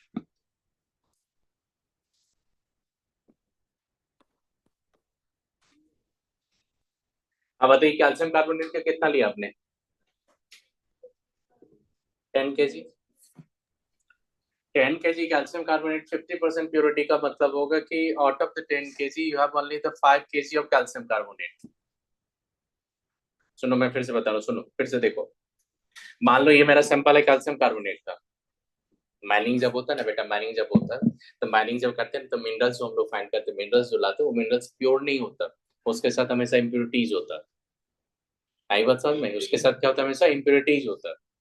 Lab में जब भी हम लोग क्या करते हैं ना, मान लो कि आप इंडस्ट्रियल एप्लीकेशन करेंगे या कहीं पे आप वर्क करेंगे, तभी आपने जो क्वेश्चन दिखाया था उसमें आपने देखा कि कैल्शियम कार्बोनेट को अगर 100 ग्राम को कैल्शियम कार्बोनेट को डिकम्पोज करेंगे तो 56 ग्राम क्या मिलेगा आपको? Calcium oxide. और 22.4 लीटर क्या मिलेगा आपको? CO2। पता चला ये? तो ये आप तो जानते हो कि विथ 100% इफिशियंसी, आप तो 100% इफिशियंसी के साथ ये बात कर रहे हो, लेकिन वर्ल्ड में कोई ऐसा रिएक्शन ही नहीं होता जिसका 100% इफिशियंसी होता है। अगर मैं आपको 100 ग्राम कैल्शियम कार्बोनेट दूंगा, आप बोलूंगा आप 22.4 लीटर CO2 निकाल के दिखा, तो आप कभी नहीं कर पाओगे, कभी नहीं कर पाओगे। आप इतना वर्ल्ड में जाते हो, इतना एरोप्लेन होता है, इंजन होता है, हीट इंजन, इलेक्ट्रिक इंजन होता है, किसी का एफिशिएंसी 100% नहीं होता। ये जो बात कर रहे हो आपकी कैल्शियम कार्बोनेट का 100 ग्राम को तोड़ो आप कैल्शियम ऑक्साइड आपको 56 मिलेगा, ये तो एक थ्योरेटिकल वैल्यू पे वर्क कर रहे हो आप। प्रैक्टिकली तो ये सब नहीं होता इतना। प्रैक्टिकली तो इतना अमाउंट फाइंड नहीं कर पाएंगे। अगर प्रैक्टिकली इतना अमाउंट फाइंड होता, प्रैक्टिकली अगर मान लो 1 लीटर पेट्रोल में जितना एनर्जी होता, उतना एनर्जी अगर फ्यूल का मिल जाता मेरे को, तो फिर तो इतना फ्यूल का क्राइसिस ही नहीं होता। ये जो बात कर रहे थे थ्योरेटिकली मैं बात कर रहा हूँ, प्रैक्टिकली ये सब नहीं होता। इसलिए प्रैक्टिकली जब जाओगे कैल्शियम कार्बोनेट का, तो pure amount of calcium carbonate को डिकम्पोज ही नहीं कर पाओगे, मिलेगा ही नहीं आपको कहीं पे। कुछ ना कुछ उसके साथ इम्प्योरिटीज रहेगा ही आपका। इम्प्योरिटीज को आप स्टेप बाय स्टेप मिनिमाइज कर सकते हो, लेकिन 100% एलिमिनेट नहीं कर सकते हो आप। आई बात समझ में? आपने देखा होगा जैसे क्या होता है 24 कैरेट गोल्ड बोलते हैं हम लोग। 24 कैरेट गोल्ड का आप कभी और ना ये आप ज्वेलरी बना ही नहीं सकते क्योंकि हाईली मेलिएबल होता है। तो उसमें आप क्या करते हो? 22 कैरेट में जाते हो, 18 कैरेट में जाते हो, देखना कि डायमंड फिट करता है तो बोलता है कि 18 कैरेट सुटेबल होता है, 24 कैरेट में हम लोग डायमंड दे ही नहीं पाएंगे। हार्डनेस लाने के लिए वो सब होता है। तो प्रैक्टिकली जब जाओगे तो बेटा 100% प्योर सब्सटेंस को वर्क ही नहीं करते। 100% प्योर सब्सटेंस मिलना रेयर होता है। प्यूरिफिकेशन करते भी हम लोग किसी, जैसे माइनिंग होता है, आयरन का एक्सट्रैक्शन होता है, एल्युमिनियम का एक्सट्रैक्शन होता है, प्यूरिफिकेशन करेंगे तो प्यूरिफिकेशन के बाद भी कुछ ना कुछ इम्प्योरिटीज होता है। 100% आप इम्प्योरिटी को एलिमिनेट ही नहीं कर सकते हो। आई बात समझ में? आप कैल्शियम कार्बोनेट को डिकम्पोज से कैल्शियम ऑक्साइड होगा, आपको 56 ग्राम ऑफ कैल्शियम ऑक्साइड बना ही नहीं सकते हो। तो ये सब बेटा प्रैक्टिकली नहीं होता है, थ्योरेटिकली बात कर रहे हो। तो प्रैक्टिकल जो क्वेश्चन, प्रैक्टिकली जो साइंटिस्ट ने ऑब्टेन किया उसको भी क्वेश्चन में इंसर्ट करेगा, तो फिर उसके अकॉर्डिंग देखना। तो आपको कितना ग्राम, कितना केजी दिया यहाँ पे कैल्शियम कार्बोनेट? 10 केजी दिया। कितना परसेंट प्योरिटी है? इसका मतलब मेरे पास जो मार्बल ये कैल्शियम कार्बोनेट, उसमें से रियली में कितना केजी प्योर है वो? तो 5 केजी से ही मेरे को CO2 मिलेगा। 10 केजी तो अमाउंट नहीं है आपका, 10 केजी तो आपको 5 केजी क्या बात है, प्योरिटी है। तो 5 केजी से ही मेरे को क्या मिलेगा? CO2। तो यहाँ पे कैल्शियम कार्बोनेट का कितना अमाउंट है? 5 केजी। आई बात समझ में? तो रहने तो नेक्स्ट टाइम मैं इसको वर्क करवाऊंगा परसेंटेज प्योरिटी पे क्या होता है, कितना आएगा? Sir, 1.12 liter. नहीं, आप लीटर में किए तो वो भी सही होगा, और केजी में अगर किए होंगे तो वो भी आप अमाउंट फाइंड करेंगे तो वो भी होगा। तो जैसे मैं देख रहा हूँ 5 केजी का लेंगे, उसके रिस्पेक्ट में जाएंगे, तो आप कैलकुलेशन तो मैंने बता ही दिया, आप करके देखो। वो आज जो भी है वो डाटा तो मेरे को याद नहीं, मैं बता दूंगा, लेकिन आप समझ में आ गए ना कैसे प्रोसेस करेंगे। तो नेक्स्ट और बता देंगे। जाइए बताइए। मास ठीक है, तो नेक्स्ट विनायक मैं बता दूंगा।